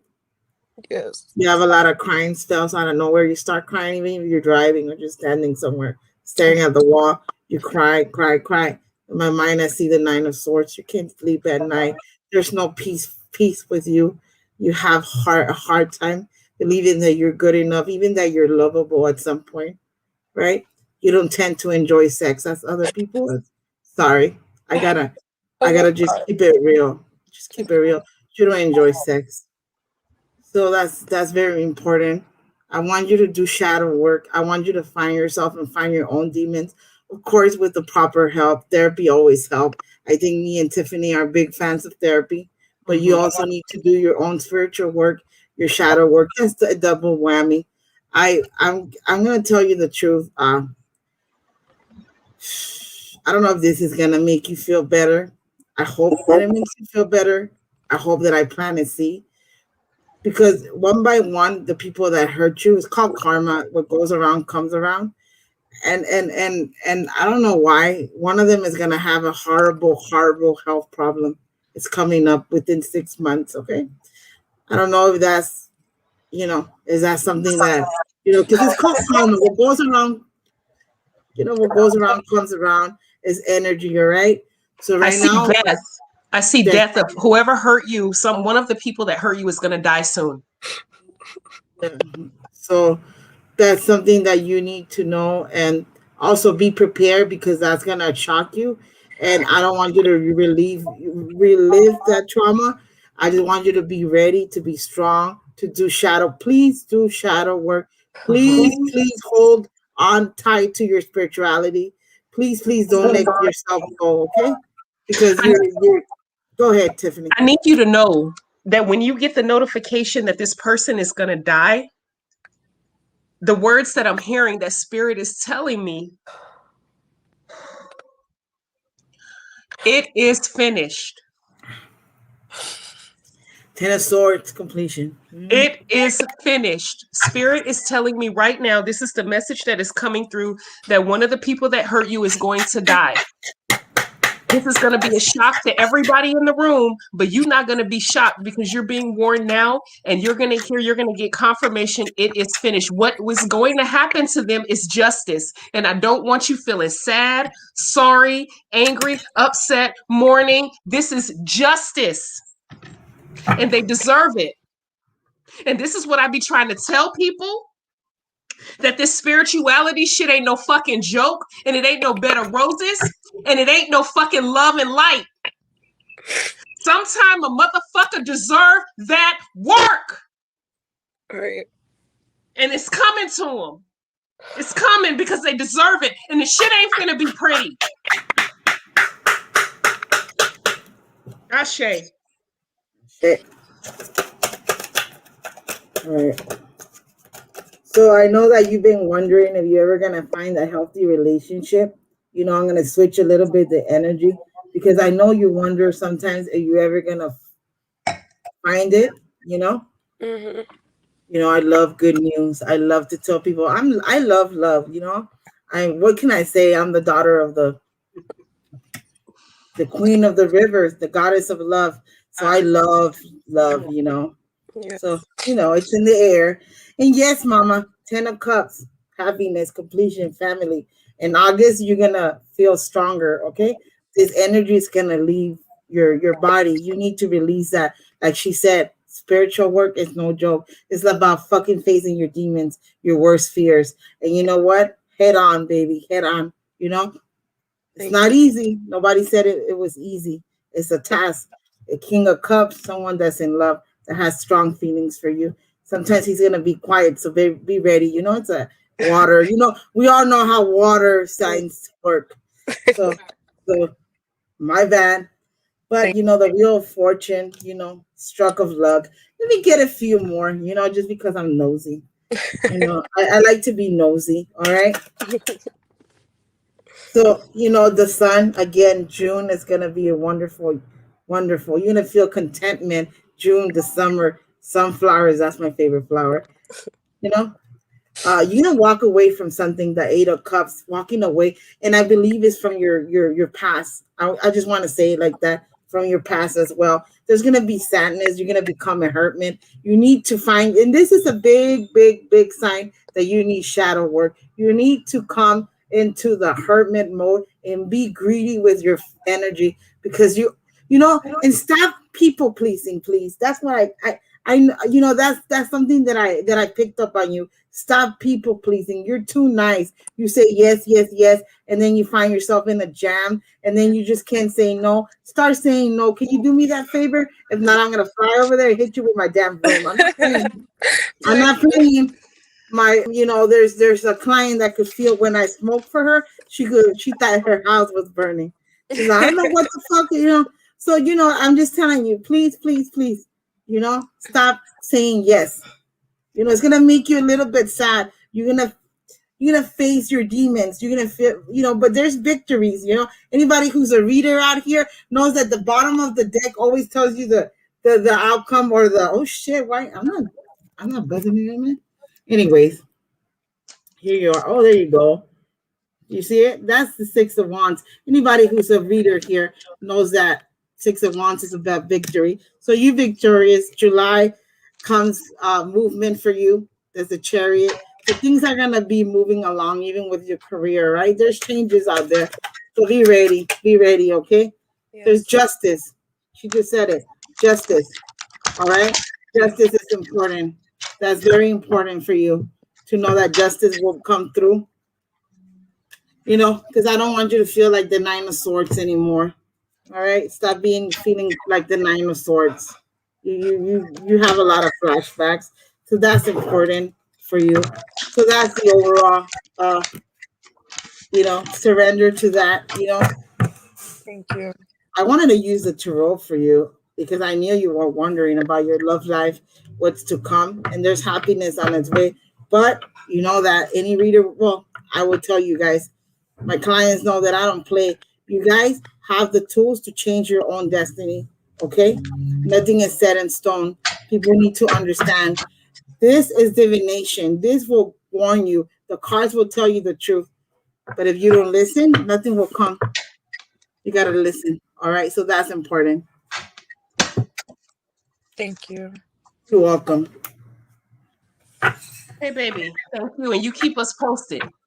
I will. All right. Bye-bye. I will. Thank you. Hey, sometime it comes through. Spirit comes through. But I like that comment that Terry in the chat said. That right there, that's that comment right there. That's the comment of the day. I hope he get ran over by the car. And I hope the car recovers. Yes. She's funny. Terry, I love you. Yeah, it's the guy with his sexy ass. All right. Hey, Healing Shadows, baby. Hi. Hello. Hi, welcome. Thank you for being patient. Can you hear me? Yes, we can hear you. Talk to us, baby.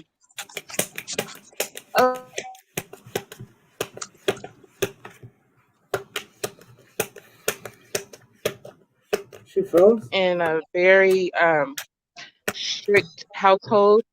There was molestation through my mom's boyfriend. And my mom, she used to, you know, keep me from my father. My father was very supportive man. um, did everything that he knew how to do for me. And my mother, um, she just, had an issue with control. And there was, a lot of alcoholism between both of my parents. No drugs or anything. I had adopted that substance abuse. There was so much pain and so much confusion going on in my life, um, that I basically, got into a world of substance abuse. And then a lot of it, came from, my childhood. So I was always confused because I always wanted, to look at my mom as, a good mother, worked hard, loved her children, but she just wasn't, affectionate. She did leave the guy that molested me, which was her boyfriend. He's dead and gone. But through the shadow work, I had no idea that everything that I've been through up until this point, my childhood affected my life, even with my children, and not being an available parent for my children. Um, I've I've I've I've been into prostitution. Um, I've I've basically I've tried to even kill myself. I even said that, I just didn't care about my life. You know, um, right now I'm in the process of rebuilding a relationship with my children, um, due to substance abuse. Um, it's just a lot, and I feel like, as a mother, I feel really bad as a mother because I wasn't emotionally available. I wasn't physically available. Neither was I mentally available. This wasn't until I started doing the shadow work that I was to understand myself in my shadows. That I'm available now today for them, but I don't know. I know that I'm all over the place. It's okay. All right. Don't worry about it. Stop feeling guilty. That's the Yeah. first step to healing. Stop feeling, forgive yourself, all right? So that's the first step to healing, forgiving yourself, right? That's the number one thing that I would like, my biggest, as a spiritual person here, as a healer myself, I want you to forgive yourself. Be patient with yourself as well. You're not very patient. You get extremely defensive with people. Sometimes even communicating your feelings is very hard. You stutter a lot when you're about to tell someone the truth about yourself, or you just gonna express feelings. You just back up and say, "Wait a minute." You catch yourself a lot, and you just want to, but you just can't. You have trouble expressing your feelings because of the trauma you have endured. That's completely normal.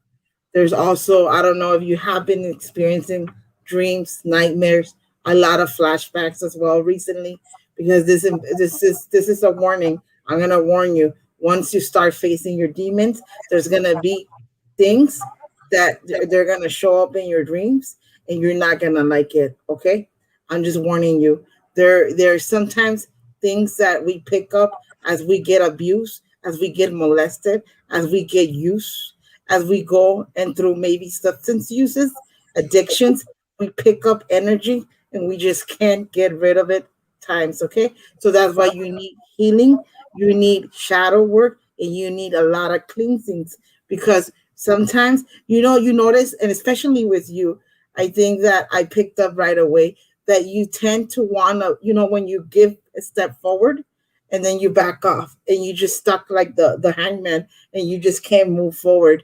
It's all that energy you picked up from experiences, from beating yourself up with shit that you didn't have to. So that's very important. Another thing, obviously I'm a psychic. I could see, you know, there's gonna be changes. Okay, there's forgiveness from your children because that's what you're craving, forgiveness. But if you don't forgive yourself, honey, the forgiveness is gonna take longer. So we want to speed the process. There's a woman that you lost in your past. Okay, she's gonna help you out to forgive yourself. It's a very important person. I see her. She's just all over. Okay, it's almost like, you know, and it's very important. It's she's telling me to forgive yourself. Okay, that's Who's very the woman? important. Who's the woman, baby? Who's the woman? I don't know of any women. I know my mom and my dad are deceased, but There's the I woman. don't. I kind of. There's a But woman I don't around. know. I don't talk to many people. I cut off a lot of people because of just finding myself all over again, and learning and unlearning things, you know. But the biggest thing is um, with the forgiveness. Um, how do you forgive yourself? For the things that transpired. How do you do that? And I've been working with my ancestors, um, and even with shadow work. I've taken accountability for the things that I've done, and I'm ashamed, but I'm ready to face these demons. I'm Okay. ready. How's your I'm relationship? absolutely ready. How's your relationship with your children? Right now, the father, we don't speak. I do have my son's um his phone number. I have a son that I haven't seen for about 10 years. And the best thing, and I know that this sounds really, messed up, but the best thing that I could have ever did for my kids was to walk away and to fix myself, because I've had, people around my children. I was deep into my addiction. I mean, it was to the point where nothing else mattered. And then one day I just woke up and realized that that drug didn't do anything for me. I remember, there's a lot of things that I don't remember in my past, um, even with addressing, like, my childhood traumas. My mom was very abusive. You never knew what day she was gonna, be, you know, um, you never knew which side of the bed she was gonna be on. She went. She was a recovering alcoholic, She went so, through a and lot she was a of single abuse parent. herself. Yeah. Your mom, I mean, she wasn't a good mom. I'm sorry. She she oh boy, I hate it when this happens. She's very strong, okay? That's a woman that I see, okay? It's very strong. And I'm just gonna tell you the truth. She had a rough upbringing herself, okay? She's whispering in my ear, of course. She had a very tough upbringing, and she was abused herself. Okay, she was very, very, very cold. She said, very cold. She comes across as a very cold woman. She's very cold, very rigid, and she wants to, wants you to know that she's sorry. That she's very, very sorry, and she says that she will be there. It's almost like you block the memory sometimes, and you just want to be there and just erase everything. It's almost like I have the sense that you want to block everything. And the more that you I block do. it, the more that it comes. The more you block it, the more you fight it, the more it comes. There's something that I use. I don't have it with me, and I knew that I had to, but I'm just gonna just there's a oracle card that I use. is the love notes that I use. I love oracles because those are messages for spirit, actually. Tarot is divination, gives you updates. But anywho, it says invite your fears to tea. So once you invite your fears to tea, have tea with them, talk to them, become friends with them, and then you'll start processing the fears, that jingly feeling that you get when you think about your mom because you feel her. Do not block her. I'm not telling you. I'm not going to sit here and tell you to put her in your altar to feed her. I'm not going to sit here. That's your own I personal have choice. her there. You, I have her there. I have some things that she and likes, that speaks but it, highly of you, but you don't feel it. So, but she's around all the fucking time, and you don't feel it, and you don't want to feel it, and that's something that she's always, even. And I suggest you do this. Talk to her, tell her how you feel when you're ready, and she's always gonna be there to listen to you because she's very stubborn. She was stubborn during her life, and she continues to be stubborn and the other round. People don't understand when we work with spirit and anybody who does mediumship like me, some souls are very stubborn and they're here to stay, and some of them never go. And especially our parents are always there for us, no matter how fucked up they were. They still stuck because number one, your mom needs forgiveness. Okay, your mom needs forgiveness, and my heart goes out to her because she was a victim of abuse herself. This is a cycle of violence, and it needs to end with you. And I just want you to know that I'm very proud of you for coming here, for being beautiful, for being brave, wanting to change, being addicted to a substance. It's a disease. It's a very hard. It's hard. It's very hard. It's fight it hard. every day. You Every know day I what? fight it. And you know what? You're succeeding. You're succeeding. And then 6 months from now, remember the time frame that I just gave you. 6 months from now, you're gonna be in a way fucking better place. I fucking kid you not. I don't know. I love when I do psychic readings because I connect with your energy and I could just give you time frames. 6 months from now, you're gonna be in a way, way better place. I kid you not. You're healing. Your name says it all. You have to remind yourself every day that you're healing, that you're going places, and forgive yourself because forgiveness it's like it's hard for you. And don't use negative language when it comes to even say, oh, I'm no, you say I'm a badass bitch. That's what you say to yourself. You walk out that door feeling like you own the world because there's no more abuse. Nothing's there. And as you heal, your children will come back slowly because that's what you need to repair that. Okay, one of your kids, go for it.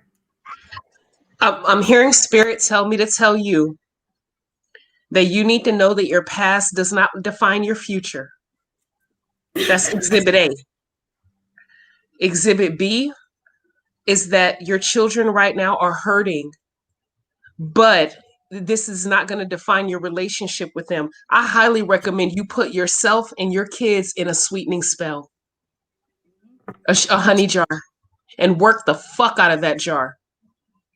And you're going to look back in 6 months, you're going to see a big difference between the relationship you have with them now and the relationship that you have with them then.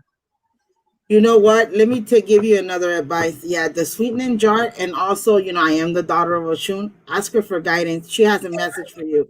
When you go to sleep, she's gonna have a message. If it's not today, it will be Friday, the 5th day of the week. Remember that I told you this, okay? She's gonna help you repair your relationship with your children. She's very big. Anybody that works with my mom knows that she's very, very big on healing people. And she loves kids. She loves kids. Kids. Oh, I know she loves kids. Believe me. She told me in a dream, you better get it together. I'm gonna fuck you up. I'm a mom. Yeah. So I know she don't play. Even she doesn't play. So she comes to, she'll come to you. She loves, by the way, she loves coming in dreams. That's her thing. She loves coming in dreams, and she loves helping mothers. People that are having trouble having babies. That's your number one person too. In my yard, that's it too as well. Yeah, they both do. They both do. They love babies. And if you fuck up, With kids, oh, she has no. Oh, I fear her. So you know, she only wants the best for us, for her kids. I'm her daughter. What can I say? She saved my life. So that's I realized too that, this wasn't, it was a process of, with my addiction, and I know overnight it's not going to come together like how I want it to come together really fast. And that they have their own opinions and their own feelings, and I'm dealing with that now and preparing myself for that, you know. And like I said, the best thing, and I know it sounds crazy, but the best thing in that situation was to walk away and get myself together, because I could have died in California, you know. Um, I didn't want to put my kids through any more pain and hurt and misery, indulging in my pleasures, and they deserve better, no. and right now I'm available today. My son is graduating, and I asked him if I can attend, and he told me no, and I still have the money for the ticket, and I would like to go.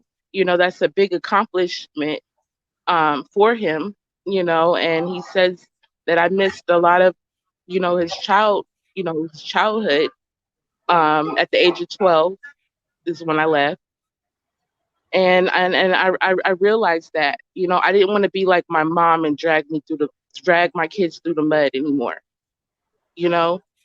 So now where I am at now with in the shadow work is living life, a sober life, and responsibilities, and feeling, there's something that I wasn't able to do for a very long time because of the substance. I wasn't able to feel a lot of things. There's a whole lot of missing chunks in my life where I don't remember. But the most important thing is I want the best for my children, and no matter what, how old they get, or however, I'm gonna always be available for them, because I was able to put down that substance. And I'm very proud of myself for that. I can't even believe I'm saying that right now. I'm proud of myself. Yeah. You don't know how hard that demon was, and blaming other people. That's why I said it's all about accountability. And every day I wake up, I take accountability for that. So I'm very proud of you. Me too. Congratulations, You baby. just like literally, you know what? To be vulnerable for me is hard, you know.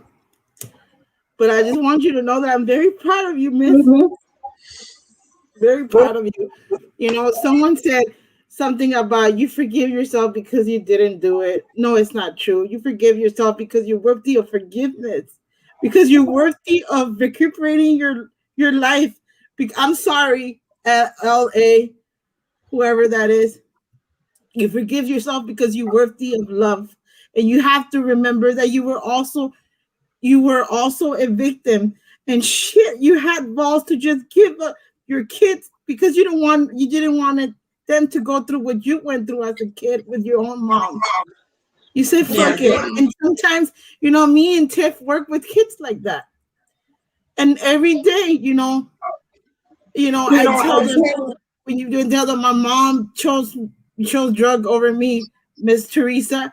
Oh honey, your mom was sick and she wanted you to be safe. And when she feels better, she's gonna come back. And that's the hardest thing that we have to tell kids every day. I'm so sorry, Tiffany.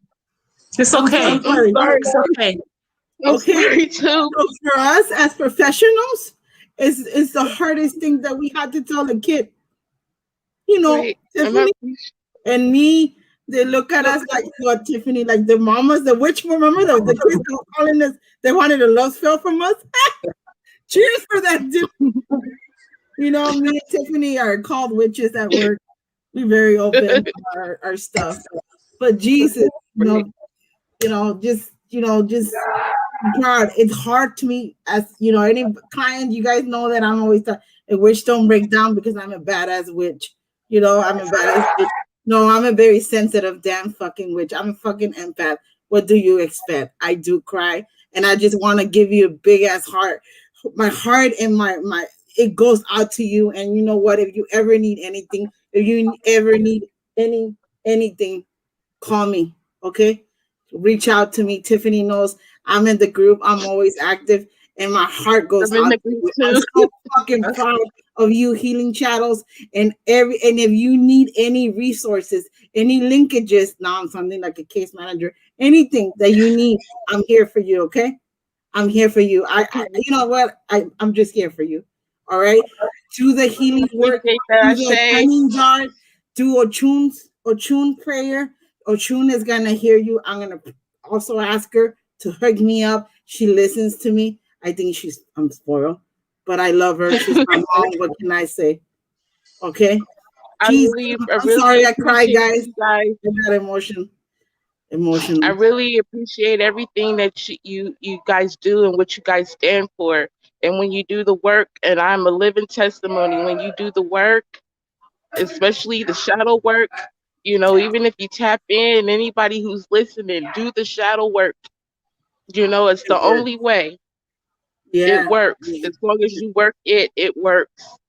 So I Thank you, just want to baby. say thank you. You're welcome, sweetheart, and you keep us Welcome. posted, okay? Sending you. Okay. I got you with Man. the bonnet. I got you. Bye. Love you. Bye. Love you Bye. too, baby. Oh, she's Oh, I'm such a so power proud of her. person. I'm She so broke me proud down. of her. She broke the witch down. Woo! Hey, Damn. Hannah. Oh, hi. Anna. Hi, baby. Hi. I got emotional backstage. I had to cut my camera off. It's okay. It's Well, they okay. got the witch crying over here. Oh. Woo! Damn. This stays here on YouTube. I just kidding. I be drinking, but I drank my bottle a couple of days ago, so I'm out. But no, I just wanted to share my story. I have a bad habit of like compartmentalizing Mm. the things that I go through. I don't deal. I literally just talked to you about a week or two ago, Teresa. And you Hmm. literally told me like I handle myself like a guy because I cut it off. I Hell yeah. cut it off. So um I as a around the time when I was about 4 or 5, I started being I was molested by an older cousin, and I grew up in a very loving household, and I had a very extended family, and we were a close knit family. So um when I was alone with him, I didn't see I didn't have fear or anything.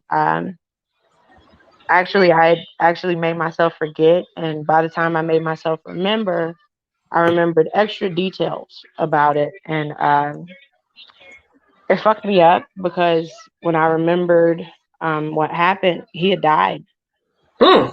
and I was literally at his funeral, and my whole family is mourning him. They're like, "Oh, he's a great guy, and he was so funny, and he was charming, and he was just wonderful, always available." And it's like in that instant, I had a memory of me looking up at him, and I told him, "You peed in my mouth." I can't even remember what happened before that, and it fucked me up because I'm at his funeral and I'm crying for myself, and everybody's looking at me like I'm crying for him. And I feel like my grandma knew about it because this is where the extra details memories came in. A couple of days after that had happened, I remember being at my grandma's house, and my grandma, she had like 18, 19 grandkids. So, and we were always all over there. So, I remember me walking up to him. I wanted to go to the candy lady that lived down the street. And I walked up to him and I told him, "You owe me $10. You told me you'd give me $10." And I'm like on his ass about this. And my grandma is looking puzzled. She's listening. She's like, "What the hell?" Does she owe you $10 for? And he brushed it off and made it seem like I helped him with something.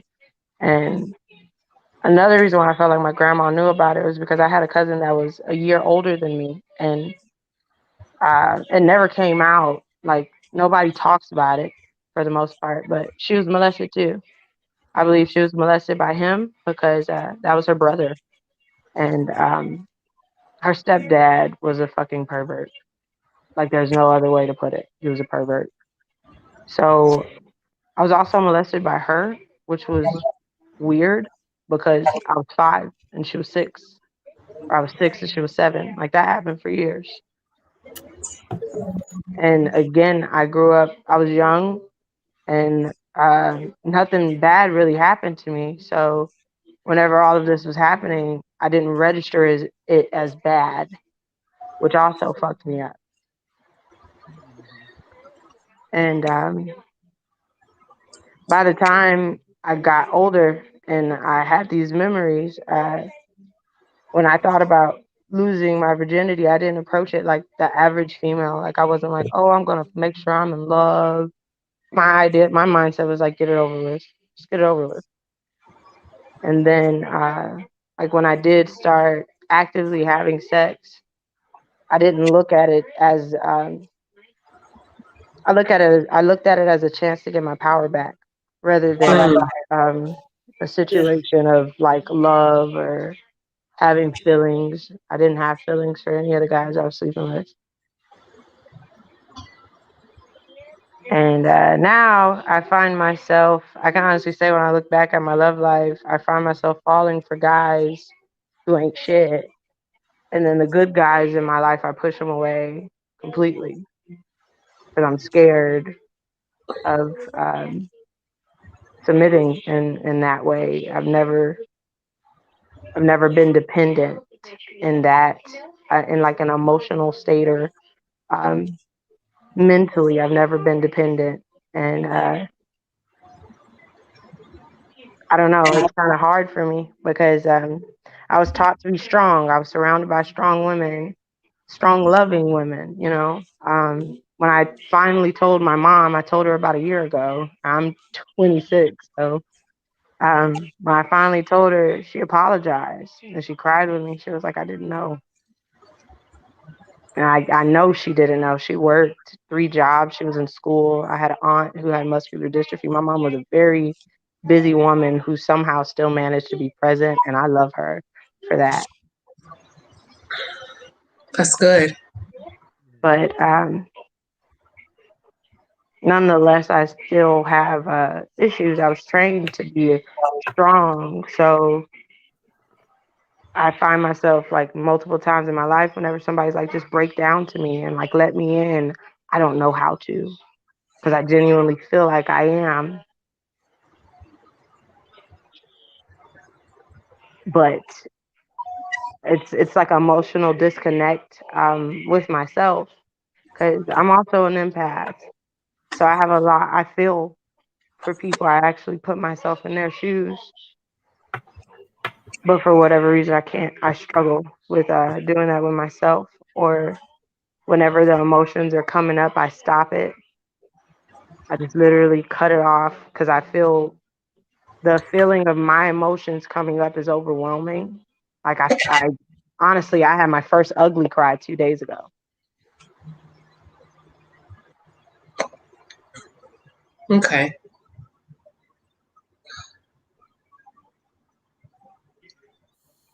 Wow.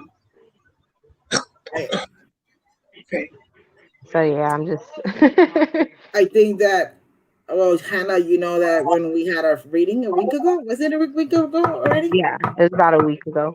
Yeah, you know, I got on your ass because of the, what was it? The thinking like a dude, remember? Be Yeah, like a dude.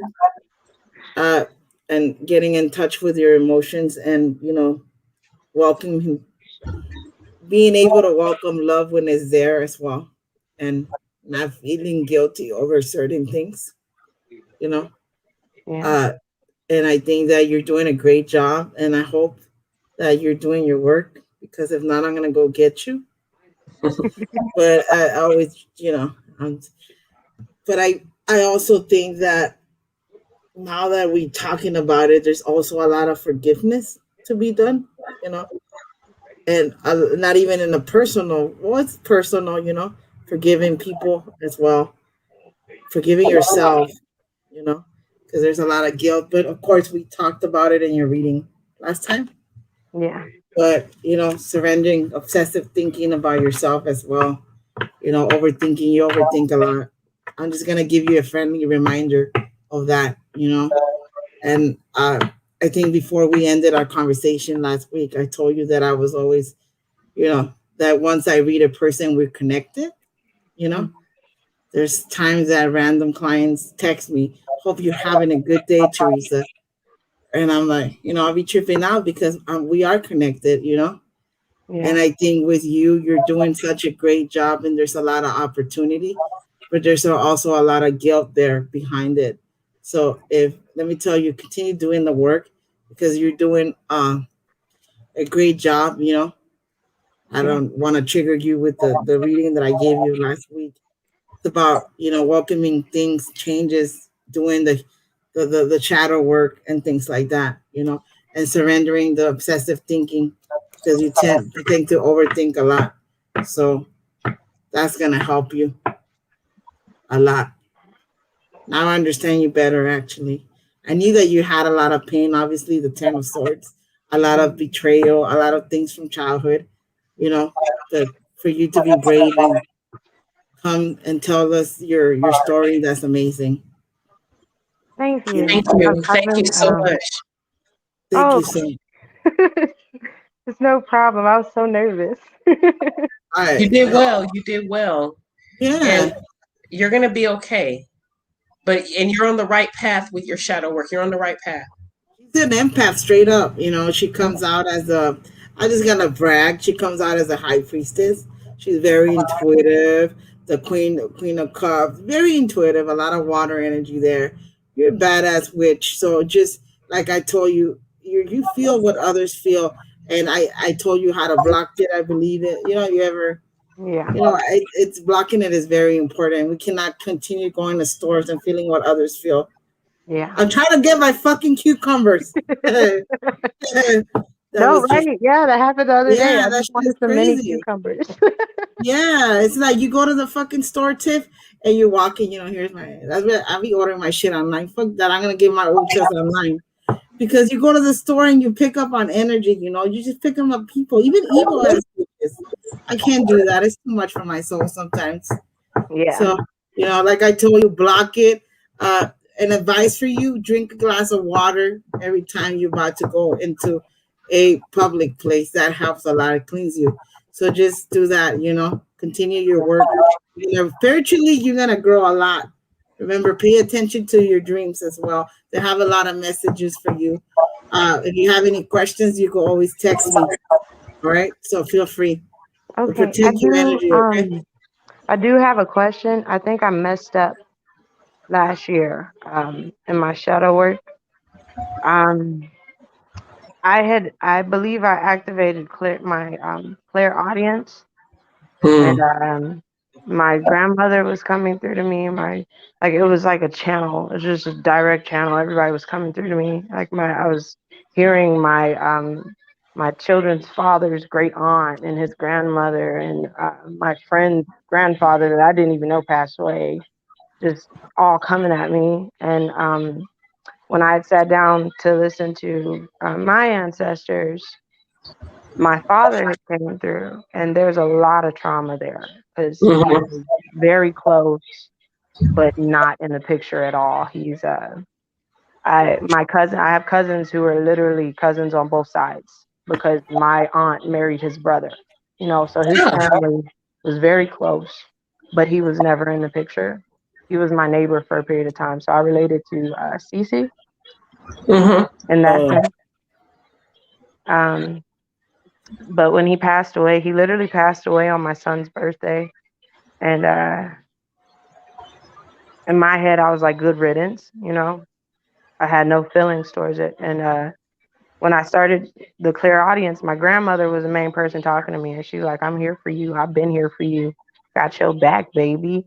But then she started talking on behalf of my father, and I saw him in a corner, and he wanted to talk to me, but he knew I wasn't going to listen, and I cut it off, and I don't know how to cut it back on. You need to be careful when you do that because I was just born like that. That's my gift. I Yeah. just don't. I want you to really work, continue doing your shadow work, be stronger and stronger, because, and I know Tiffany, you know this. Spirits could be tricky. All right, they're tricksters. Yep. So they're very tricky. So before you start listening to them, be strong enough to be able to handle them. All right. I kid you not. I had my experience of crazy bitches. I'm talking about spiritual work. So yeah, I remember one time I'm gonna tell the story, guys. I kid you not. And you guys know, and if my clients, some of my clients are here in the live, and I told you be listening to my crazy ass stories while I read you guys. This one girl I was crazy, right? And fuck, I heard a lady's voice screaming on my ear for 2 fucking weeks. And I'm very sensitive to that, right? And I woke up, the bitch was screaming. I went to sleep, the bitch is screaming. But in the middle of the day, she will stop. And I was trying to ask her, what is it that you need? Let's talk about it. The bitch wouldn't speak to me. So I kicked her ass out. So that's why I'm telling you, it's tricky because you don't want to talk to me. I'm tired of listening to your screams. I'm sorry, whatever you went through. You got to talk to me. I did a reading this morning, for a client. Her grandpa showed up, but he was pissed off that he turned his back on me. And she's like, can you get him to talk? Hell no. I'm not going to force him to talk. He's going to come and talk to me. Hopefully not tonight. I'm too busy. But other times when they want to, I welcome them, but it's tricky. So be very, very careful and be safe because they're very trickster. My guy, my girl, she's not an ancestor, that's a spirit guy. She will push a motherfucker. She will grab, I'm telling you, I have crazy stories. If I'm pissed and she feels that I am being attacked or I'm in pain, she'll grab stuff and move them. I had her throw a speaker at somebody. Oh wow. So yeah, and for real, that's how protective your guides and ancestors can be. So they're very tricky. So be very, very careful. People, I kid you not, over there, oh, I'm communicating with spirits. Yeah, that's great. You're growing spiritual, but be very careful. It's not a joke. This is serious. Yeah. This is very serious. If you guys want to do spiritual work, anything to do with spirit, communicating with the past, the other side, it's a great experience. I'm not going to take that away from nobody. I was born like this. I just developed late 19, 20, 21. I was fucking hearing shit. I thought I was a schizophrenic. I did too. Is that bad? Really, Tiffany, I thought I was going and I was fucking a schizophrenic. I thought I was a schizophrenic. You start hearing voices. I was very young. And I started hearing voices and I started hearing spirits. And then I used to see a guy come out of the fucking bathroom all the fucking time. I was like, who's this motherfucker? So it was scary. It was scary and then you get used to it and then you welcome them and then they start coming to you and they give you messages and then you grow spiritual. But I just want you to grow. I'm sorry. I'm very overprotective, guys. That's just my personality. I want you guys to be safe, to communicate with respect with the other side, but always safety first, even in the spiritual world, safety first, because they will attack. They will attack and they have no pity. They have nothing to lose. They're dead. And that's what people don't understand. We have a lot of people contact me all the time talking about, oh, I want you to hear this and that. People got to understand we have to be responsible for our spiritual work and who the fuck we communicate with is very important. I just wanted to throw that out there, Johanna. So be very careful. Drink a glass. Every time you go to the fucking store, I gave you hints the other day. I gave you tips. Close your fucking portal. You don't want to carry that energy around. You don't want to carry nobody to your house. You don't want anybody that you don't know to be in your house over there screaming like last time, some of them are cool. I'm not saying they're not, but No, some yeah, of I them get are what you're tasty. talking about. I think it was about 2 months ago. I was just chilling by my bathroom, and there's like a window and a little entryway in my room, and I saw a man just like come through the window and walk through. And it's like usually I like as a kid I was scared of spirits, but it's like since I've grown a little bit in spirituality, I saw that and I was like, nah, get out, get the fuck out right now because I don't know Yeah, so you. That's that's good. the biggest advice. And one of the things that we gotta understand when we're going through a lot of trauma and we healing ourselves, that's when they attack us. Bad energy is out there. That's when they attack us. When they see light, that's another thing. That's why Tiffany says protect yourself, because when you fucking healing, you start your aura starts getting lighter. Okay, when Hmm. you're in a dark space, addicted to drugs, depression, you've been under a lot of stress. You just a lot of shit, witchcraft, whatever you want to fucking call it. You in a dark place. They like that shit. Bad spirits, bad energy, demons, whatever the fuck it's out there. They love that shit. They hang into you. That's why a lot of guys, when you guys are like, oh Teresa, my neck fucking hurts. I feel like this. And I'm just angry all the time. That's a fucking spirit right behind your ass because they feed off of that. But once you start clearing that energy, shadow work, cleansing soaps, cleansings, Yes. roll Yes, openers, I just they got start my healing. cleansing and protection Yeah, soap. Oh my god, they're so great. that's So the type great. of work that I'm talking about. Once they start feeling that shit, whatever the fuck you had on, bad spirits or whatever, you realize who the fuck do you think people do crazy work with? Who the think you think you call upon? So that's the important thing. People.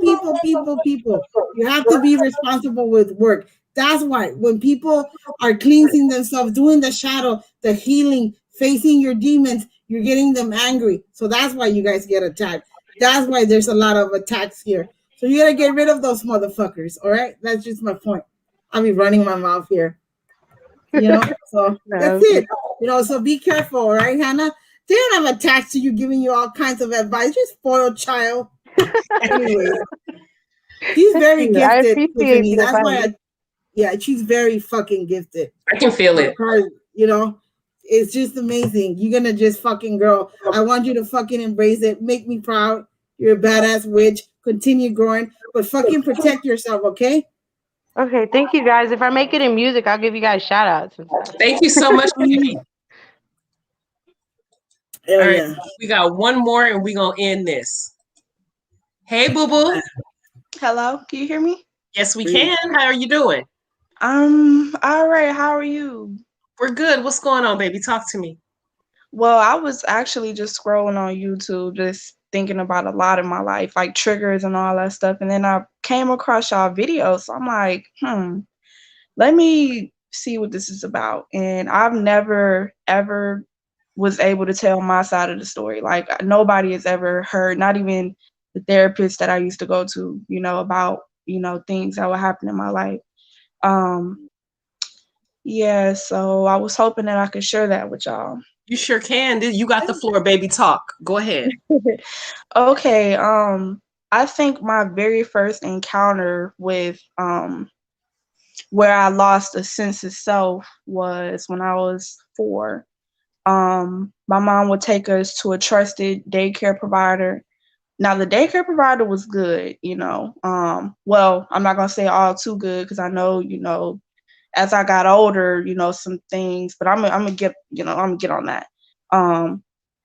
So she had this granddaughter that she adopted. I guess, her mom, I think she died. And, at 4 years old, I didn't know she was a trouble girl. She was molested by family members and stuff like that. I know I found that out as I got older, but, when I was 4, um, she would, I don't know, she would just try to reel me in with like toys and things that I would like, books, dolls and stuff like that. She was really mean. I'm not gonna lie, she was mean. But when the daycare provider left to like go to the store or something like that, and it was just me by myself, she was really nice to me. And that was kind of confusing.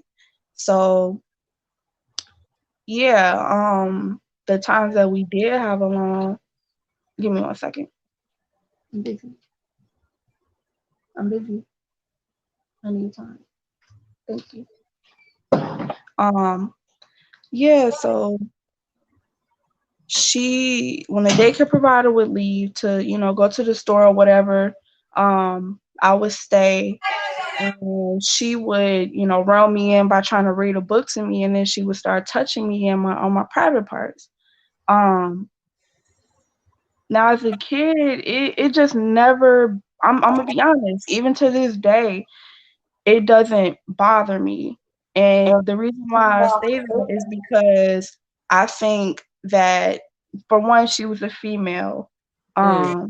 So I think if it was a man, it would have had more of an impact on me. But I don't know why it just doesn't bother me.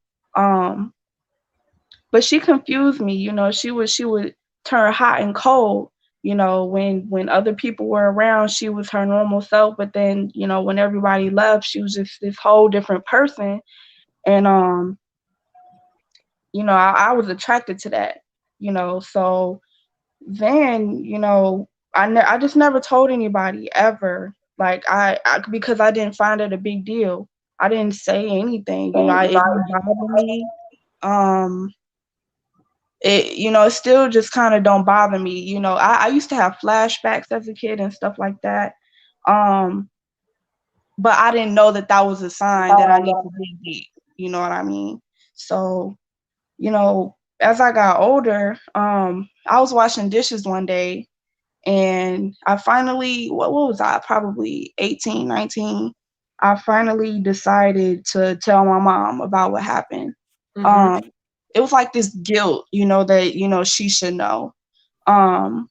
Because I know I would kind of be upset. I wouldn't make it about me, but I would kind of be like, dang, I wish you would have told me. But I just never felt safe to tell her stuff like that. So, yeah, I didn't say nothing. And she went ballistic, I don't know what was I expecting her to do, but she was inboxing the lady talking about, if I catch you on the street, I'm gonna do this and do that and do that. Yeah, so, but the thing that kind of upset me when because I confront the lady, and she acted like she didn't know what I was talking about. And that really bothered me because, well, that's until I got into the shadow work, validating my own feelings and stuff like that.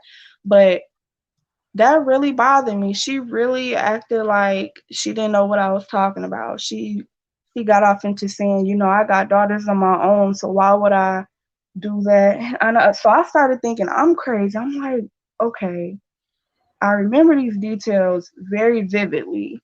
The smell of the rooms, the aroma, everything. Like, just everything.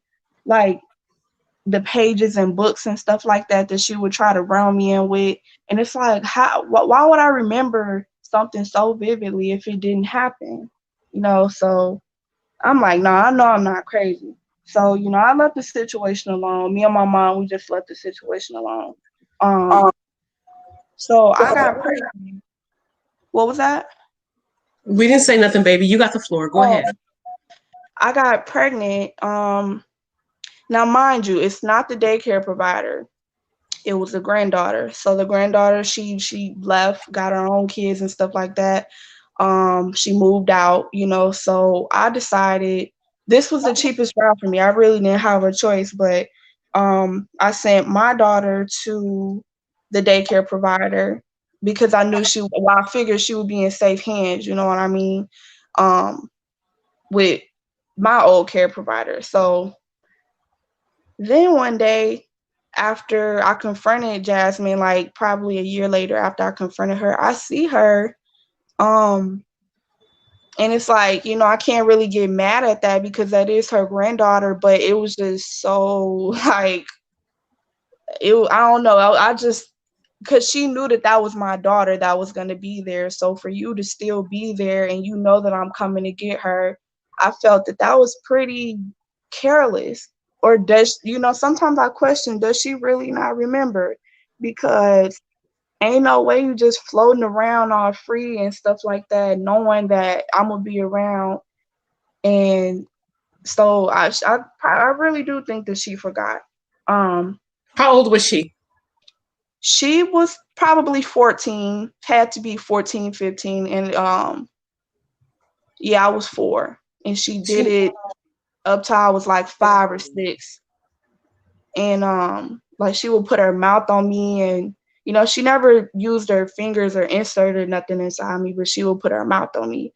Um, and to be honest, that's where I think my attraction for women started, because I was 4. I just, you know, it's weird. Like I watched this video of somebody saying that it felt good. You know, it's not supposed to feel good, but it did. that And okay, don't this is what I need you to understand. What happened to you was called oral rape. There's rape, there's digital rape, which is when someone uses their fingers. There's oral rape. You have nerve endings down there from birth, you know, whatever. So the fact that you got a sensation does not negate the fact that you were raped. That right, doesn't right. mean that it's something you wanted. That doesn't mean it's something you did wrong. It means that you have a sensation, you have nerve endings in that area Mm, that were stimulated. You could have been whatever age tied to a bed and somebody could have touched you and you would have felt the sensation. That does not mm, mean you wanted it. So I don't want you feeling guilty because right. it quote unquote felt good. Because I feel like there's a lot of guilt there. Yeah. Yeah, a lot of guilt, because I honestly, truly, truly feel like that was where my first attraction for women began.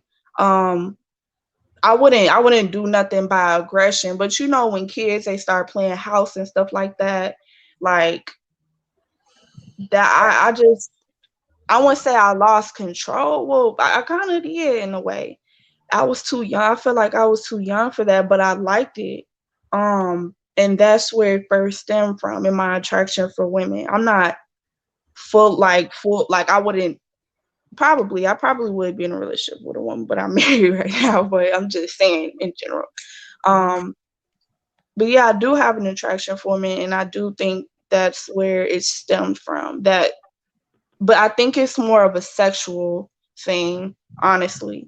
Um, yeah, and I just get so frustrated with myself because I feel like that kind of tore a part of my identity out of me. Like would I feel that if that had not had happened to me? You know, sometimes I don't feel normal.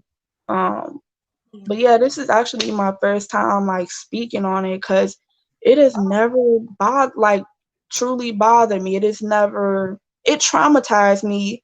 Um, but like to where it made me not want to eat, or you know, just not function normally. I don't know. I wouldn't say it affected my everyday life. Um, Well, I, there's I, different, yeah, there's different levels and degrees of how people uh-huh, process trauma. For right. instance, we can all go through the exact same situation, exact same. Let's say we all were sitting up in McDowell's restaurant and Samuel L. Jackson came in and busted off some rounds. Now we all have PTSD. Well, it might affect me different where I'll just go out and eat all kind of food. And then Teresa, it might affect her where she can't eat nothing at all and can't sleep. And all I do is eat and sleep. And then you might be so different where you just want to go out and sock out anybody who looked like Samuel L. Jackson. Yeah. So same exact Yeah. trauma, Yeah. But different different reaction. manifestation. Exactly. Yes. So trauma is very complex, okay? We all deal with traumatic events differently, like Tiffany said. Like she said, some of us will like not get up, some of us will drink our asses off, some of us when we get sexually assaulted will become promiscuous. It's called, to get control, because we didn't have control of that situation where we were molested or sexually assaulted. You know, when you that's important to understand.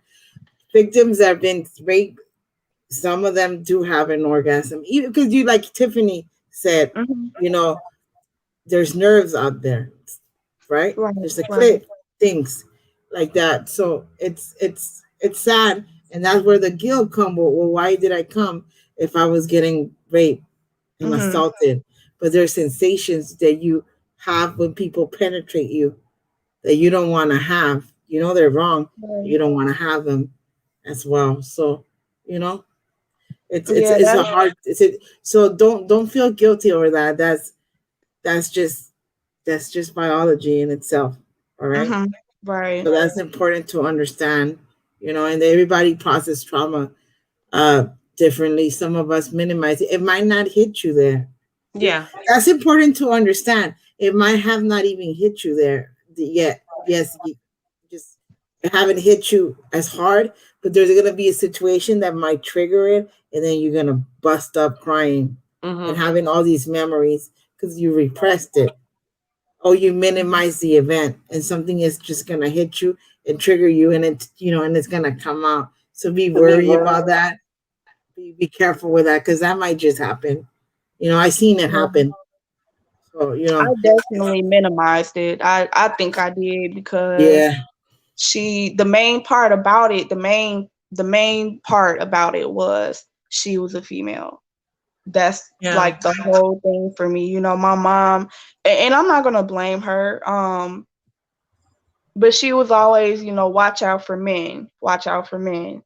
Don't let no man touch you or nothing. Instead of saying men and women, you know what I'm saying? So, but yeah, like I said, I'm not gonna blame her. I'm not gonna, you know, oh, she didn't teach me this and this and that. But you know, I was probably confused then, because I know, I trust me, if a man would have touched me, I would have been like, like I would have fought or something. But with her, it's like she reeled me in, yeah, and and that's that's not the first time I was reeled in, like, you know, in a way, like, hey, yeah, you know what?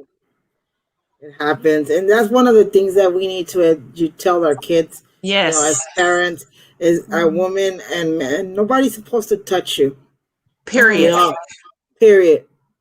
Like she said, period. You know, it's just nobody's supposed to touch you. Your body's a temple.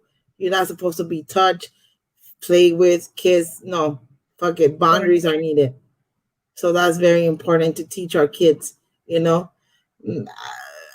nothing is safe. Fuck, bitches are crazy. Women are evil as fuck. Shit, they're, believe me, I know a lot of crazy bitches out there. No remorse. So that's why I'm telling you, you know, we got to teach our kids, you know, you just minimize your trauma because she was a woman. And it's not expected, you know, culturally, you know, in society, oh, women, no, bitches are crazy and evil, just like men. So that's something we need to teach our children, our communities as well, you know, that right, everyone is capable of assaulting a kid, a person. So right.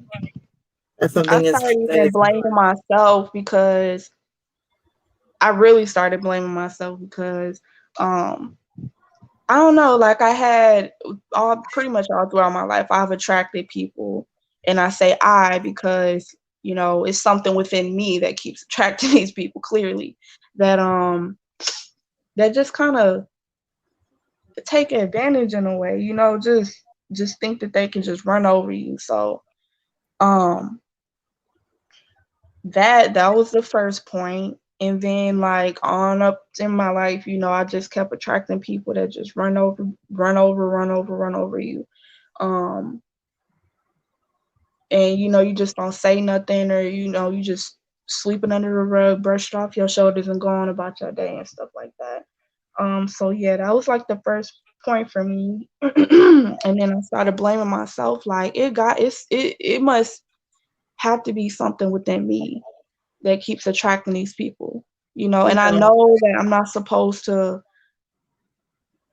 blame it on me. Like I'm not gonna blame that situation on me, but I do think that it was something within me that attracted certain situations like that. That vulnerability, that being young and pure, in her spirit, you know, the demon she had in her spirit and stuff like that. Um, You yeah, were I try not to 4. blame myself too much. You were 4. Mm.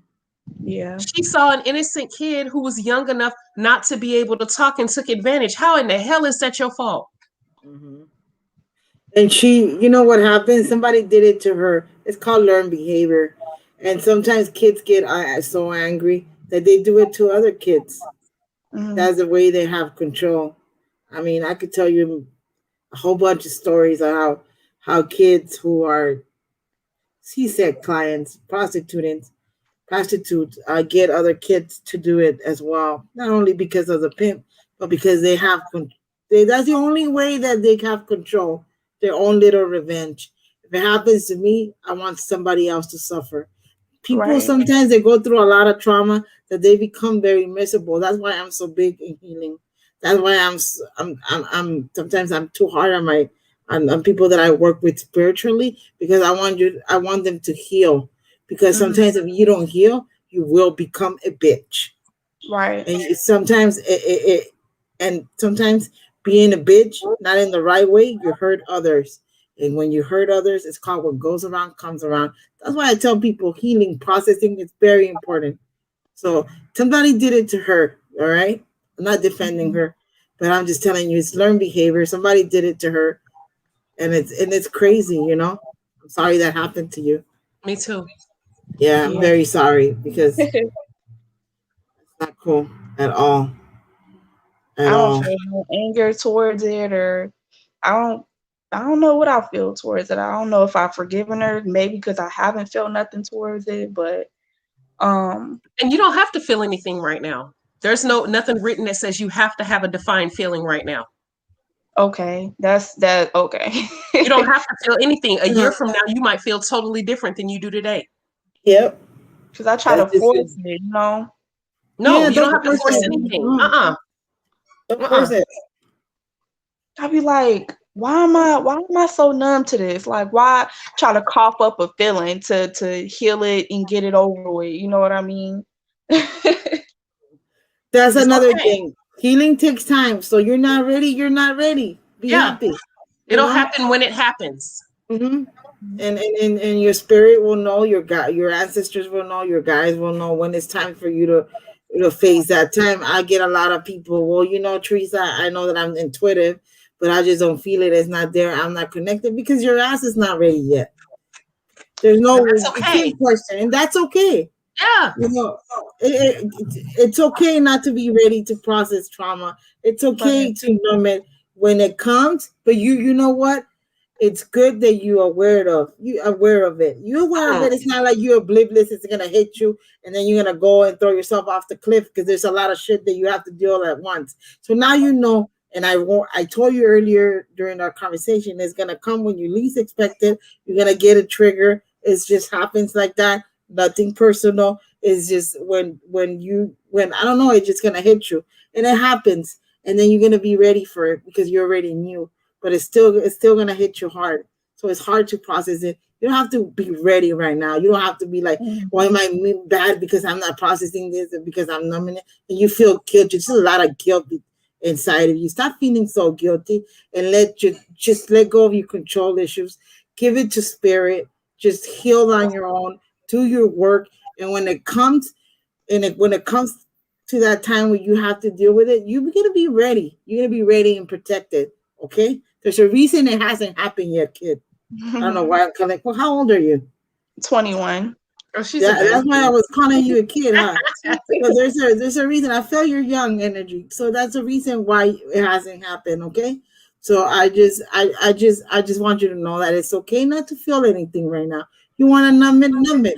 It is gonna come. It's gonna come when you least expect it, and it's gonna surprise the fuck out of you. And then you deal with it the best way you can, and hopefully it's the healthiest way. Okay.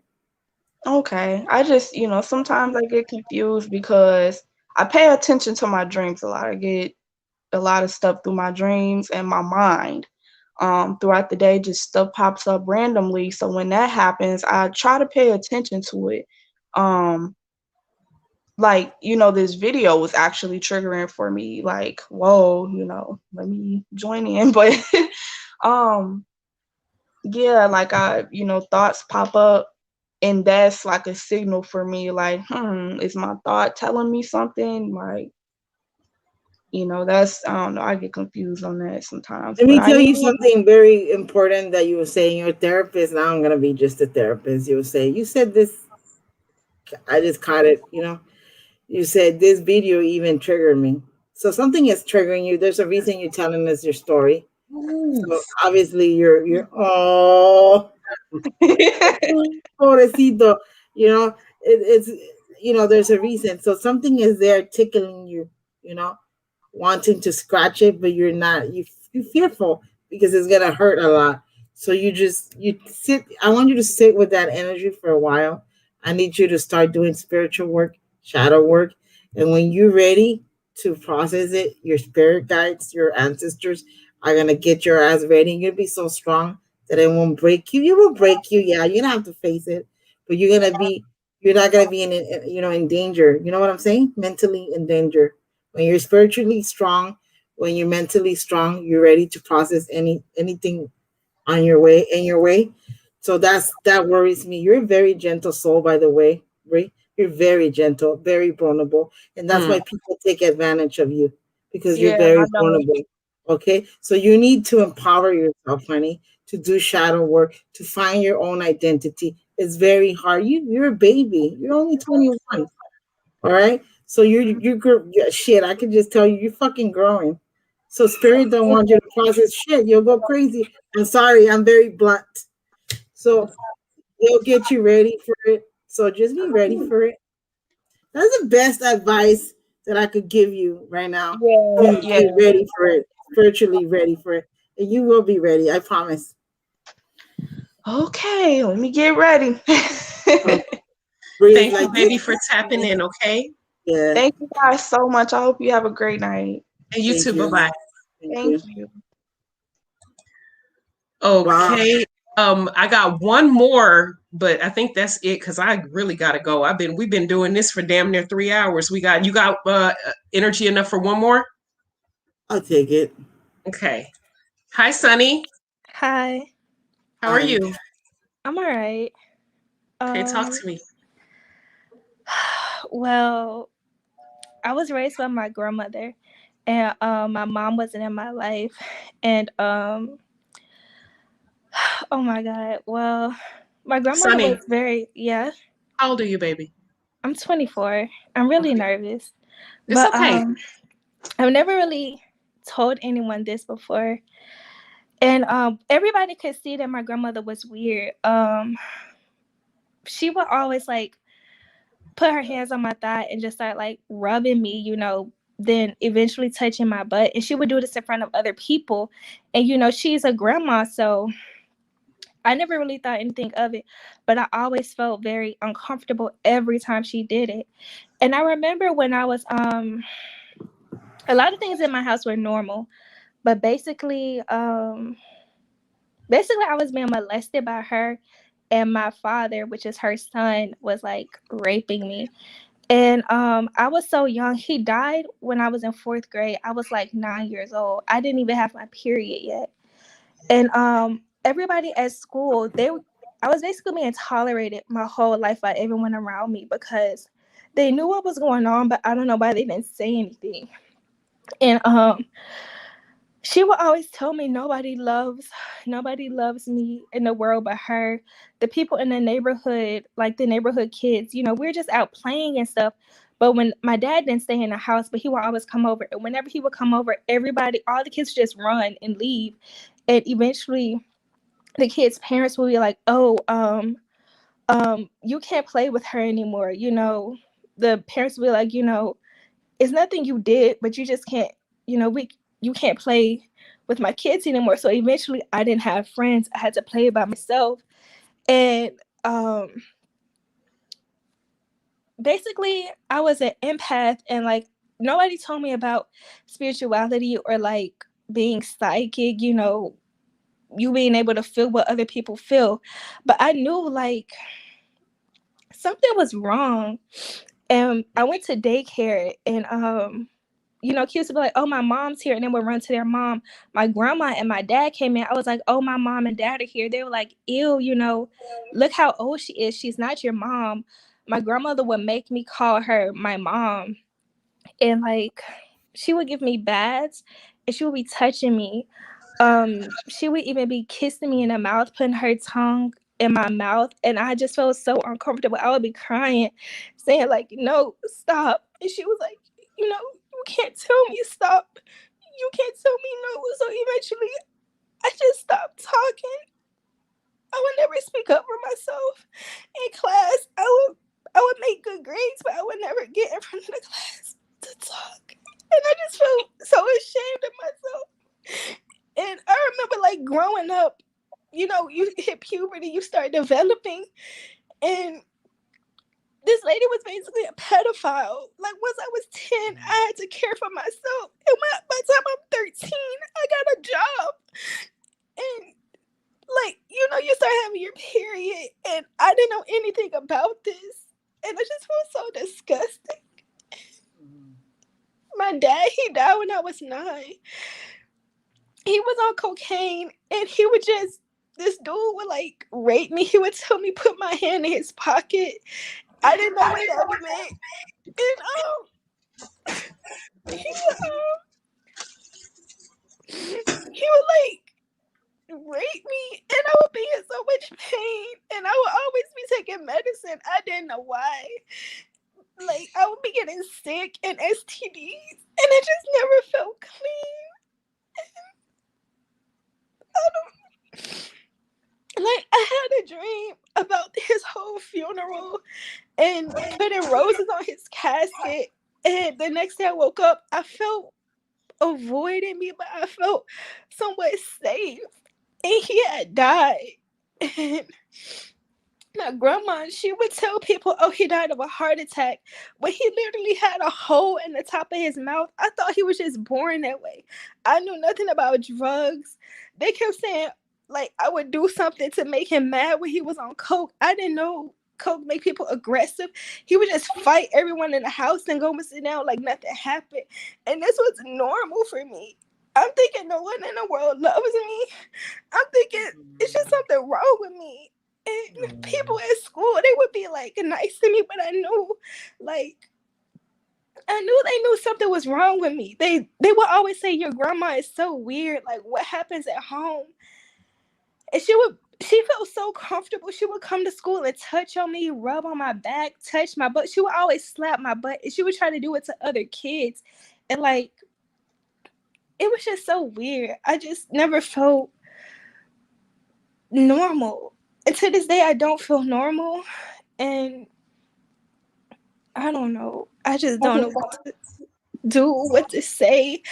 I'm starting, like, the more I work with my ancestor altar, the more this comes back to me. And it's so vivid. Like, I could feel these things happening. And I don't want to tell anyone because this is incest.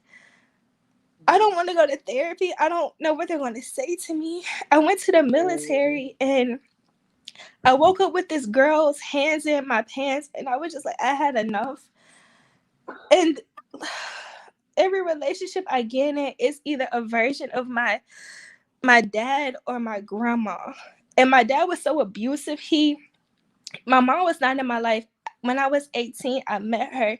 And like, whenever I would do something wrong, they'll be like, oh, you're acting just like your mom. You look just like your mom. You're ugly just like your mom. My grandma told me I would never be anything in life. I will be a hoe like my mom. Is your grandmother still alive? No, she died. She woke me up having a stroke. I didn't know what a stroke was. And she's begging me to help her. She's reaching for me, but like her arm was twisted. So she's just falling into stuff. And her mouth was twisted, but she kept saying my name. It turns out she had a brain tumor and she had lung cancer. And like this happened in January of 2015. And by April, she was cremated. Like nobody was at her funeral, but like her close friends and family, but they didn't stay long. So I feel like everybody knew what was going on. They kept saying, oh, it's people like us that make it out. It's people like us that become something. She was a sharecropper from Mississippi. I'm not sure if she went to school or not. She was a maid. Those people didn't even trust her to use the bathroom in their house. They would pay her with cash. And she was on coke too. She was a heavy drinker too. Like, everybody knew my house was a crack house. Those people were on heavy drugs. And maybe they didn't want to tell me because I wouldn't understand. Like, they had a grip on my mind. Like, Mm-hmm. I They don't. control you a lot, Sonny. Yeah. Just wow. Do Oh, you and have a relationship with your mom right now? she's on drugs too, and she's drinking. She told me she wished she aborted me. She would tell me how Which my dad would beat her to the point like he cracked her head. He The best thing she could do was, I guess, leave me with them. She knew my grandmother was. She said my grandmother did voodoo and like put something in her food and she got really sick. But I'm starting to think she poisoned her, and I'm starting to think my grandmother was jealous of her because my grandmother would try to come on to her son. She would try to come on to her nephews. It's like every man she would try to come on to, but she would be like joking. Be like, "Oh, I'm just joking," but I knew she wasn't joking.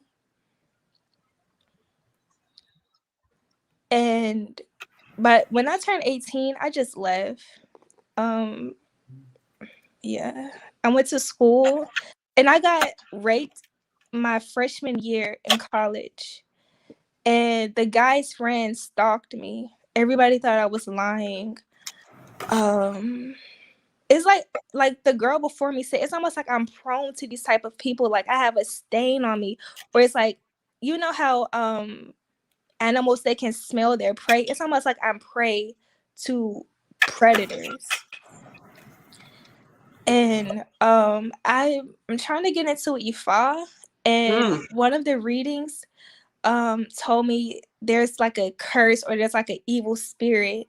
I think there's 200 good spirit and 200 evil spirit. So one of the evil spirits is like after me. It's a curse on my I guess the women in my family. My mom said she was raped too. She went to foster care and her mother was on drugs. They have a strained relationship. So maybe this is a generational curse.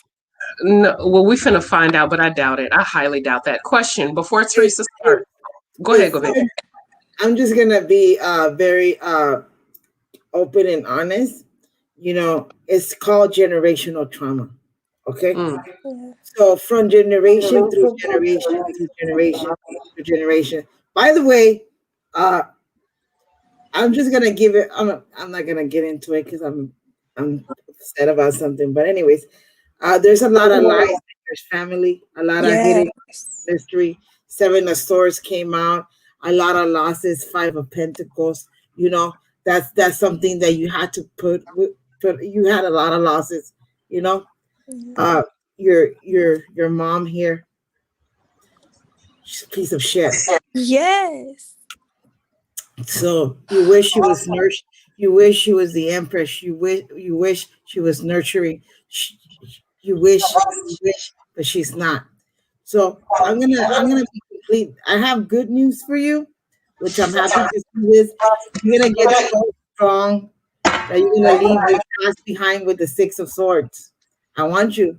I want your ass to leave your past behind. Okay. I Mhm. want you to leave that trauma behind. I want you, because there's overwhelming feelings there with the moon as well. You know, you always say everything's fine, and sometimes you have a really hard time telling people how you really feel. Yeah. So you pretend to be okay, but when you're not, you know, there's you need to become colder to things. The Queen of Swords. So be ready to feel stronger, to cut a motherfucker's neck. In other words, okay. Yeah. The Five of Cups, you're still gonna be a little bit of sadness there, a lot of mental conflict. I don't see no curse, curse there, nothing, and it's called generational trauma. So this goes from generation to generation to generation to generation until we cut the cords, okay? Yeah. Until we start healing ourselves. Going again, I know a lot of you guys are not a big fan of therapy, psychotherapy, but believe me, it works. We have a lot of good therapists up in here, right, Miss Tiffany? I am So, not a licensed therapist. I would love to be one. I'm working on it.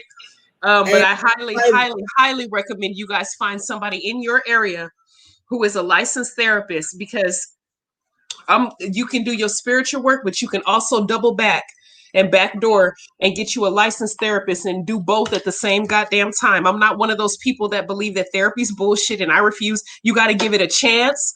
And a chance to me is like 6 to 8 months commitment, and find somebody that you resonate with. That's just my yes. spiel.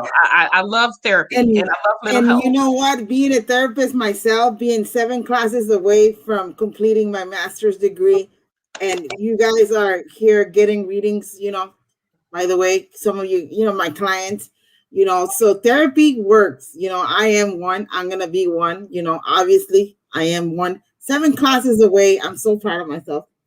And I believe that therapy is magic, Sunny. So you will be my client. I will welcome you with open arms and help you process. It's transgenerational trauma. Obviously, if someone, and you guys, I think I read Friday, I was telling one of my clients, and she told me, where were you when I was a little girl?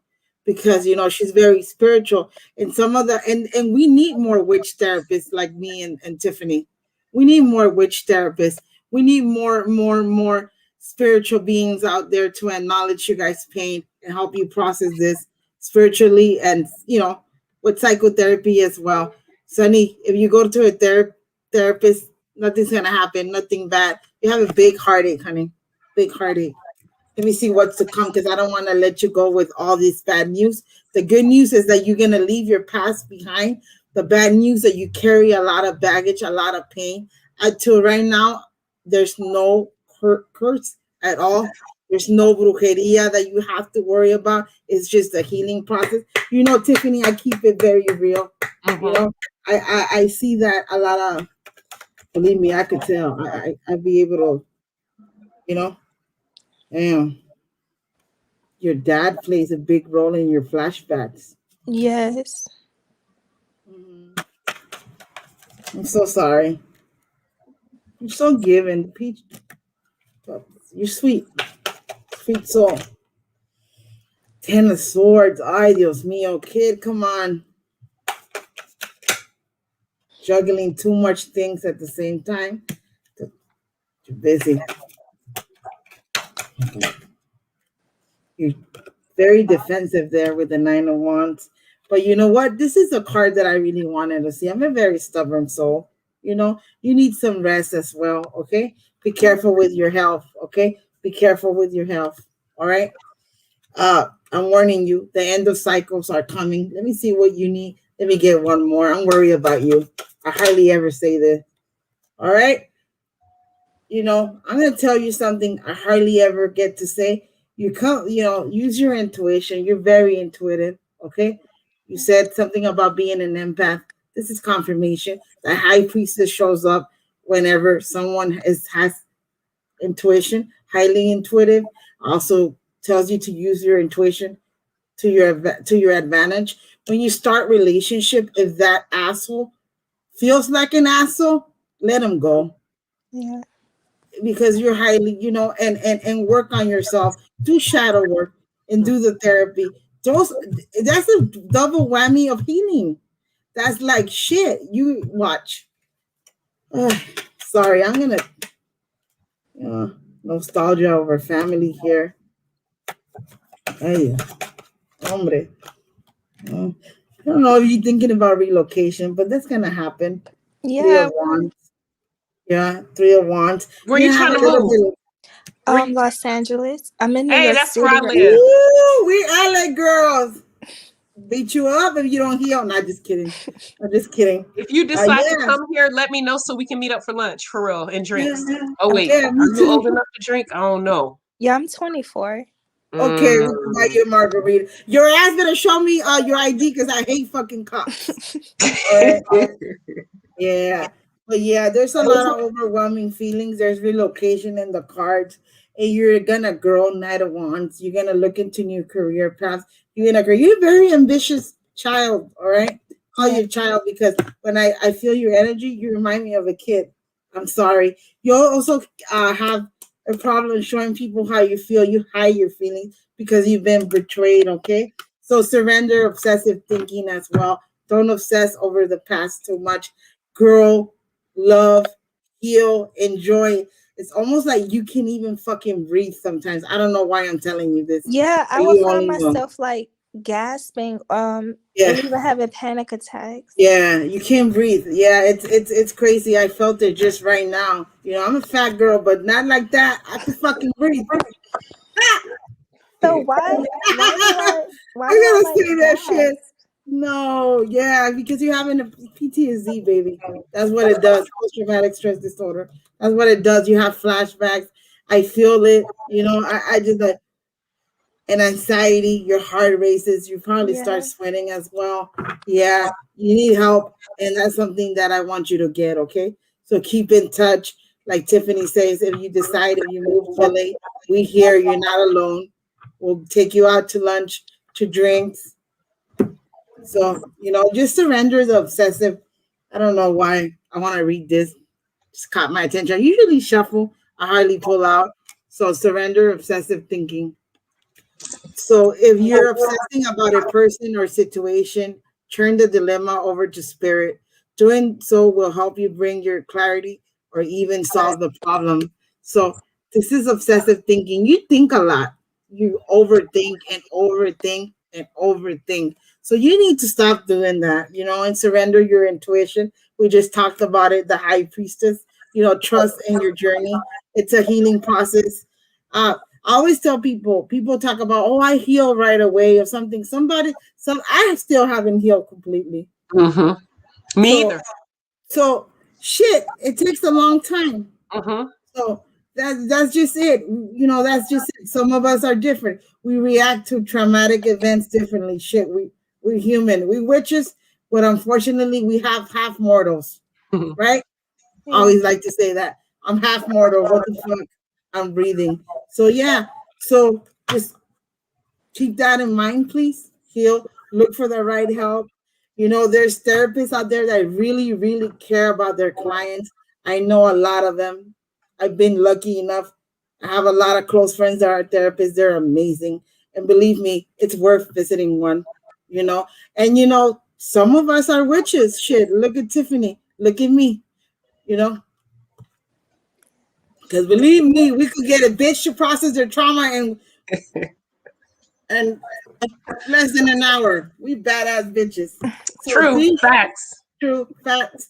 So you know, that's important. So keep doing the work, Sunny. Keep in touch, kid, okay? Yeah. All right.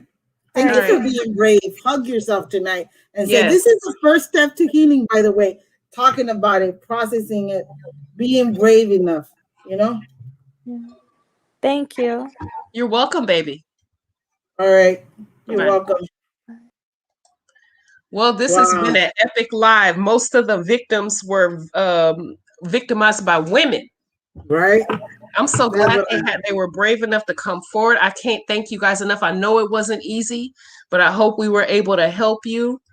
If you don't remember anything else from this live, A, it's not your fault. B, seek therapy from a licensed professional. Right. A licensed professional. Yeah, I'm not a licensed professional. I'm a paraprofessional, but Teresa's working on it. She'll be a license in about 5 minutes. Very proud of you, Teresa. I'm very proud of you because I know it hasn't been easy. No, it hasn't been easy. It's been a journey. I am healing myself. We all in a journey together. So that's why I'm very big on therapy. You are too. I mean, we work together. Absolutely. So that's amazing. So I want to thank you guys for being brave, for being vulnerable, for allowing me to tap into your energy. I always tell you guys I'm very humble and I'm honored to tap into your energy, to read for you guys, to give you spiritual guidance. You know, I can thank you enough, baby, because shit, you're amazing. I love you, and you know I that. love you too. I love you And too. your cats. I got them some shirts. My mama's a witch, and they're wearing that shit. We dressing them up, girl. All right. All right. Thank you guys for tapping in. I am the African Witch Bitch, and this is Teresa. All right. Bye, you Thank guys. you. Bye-bye.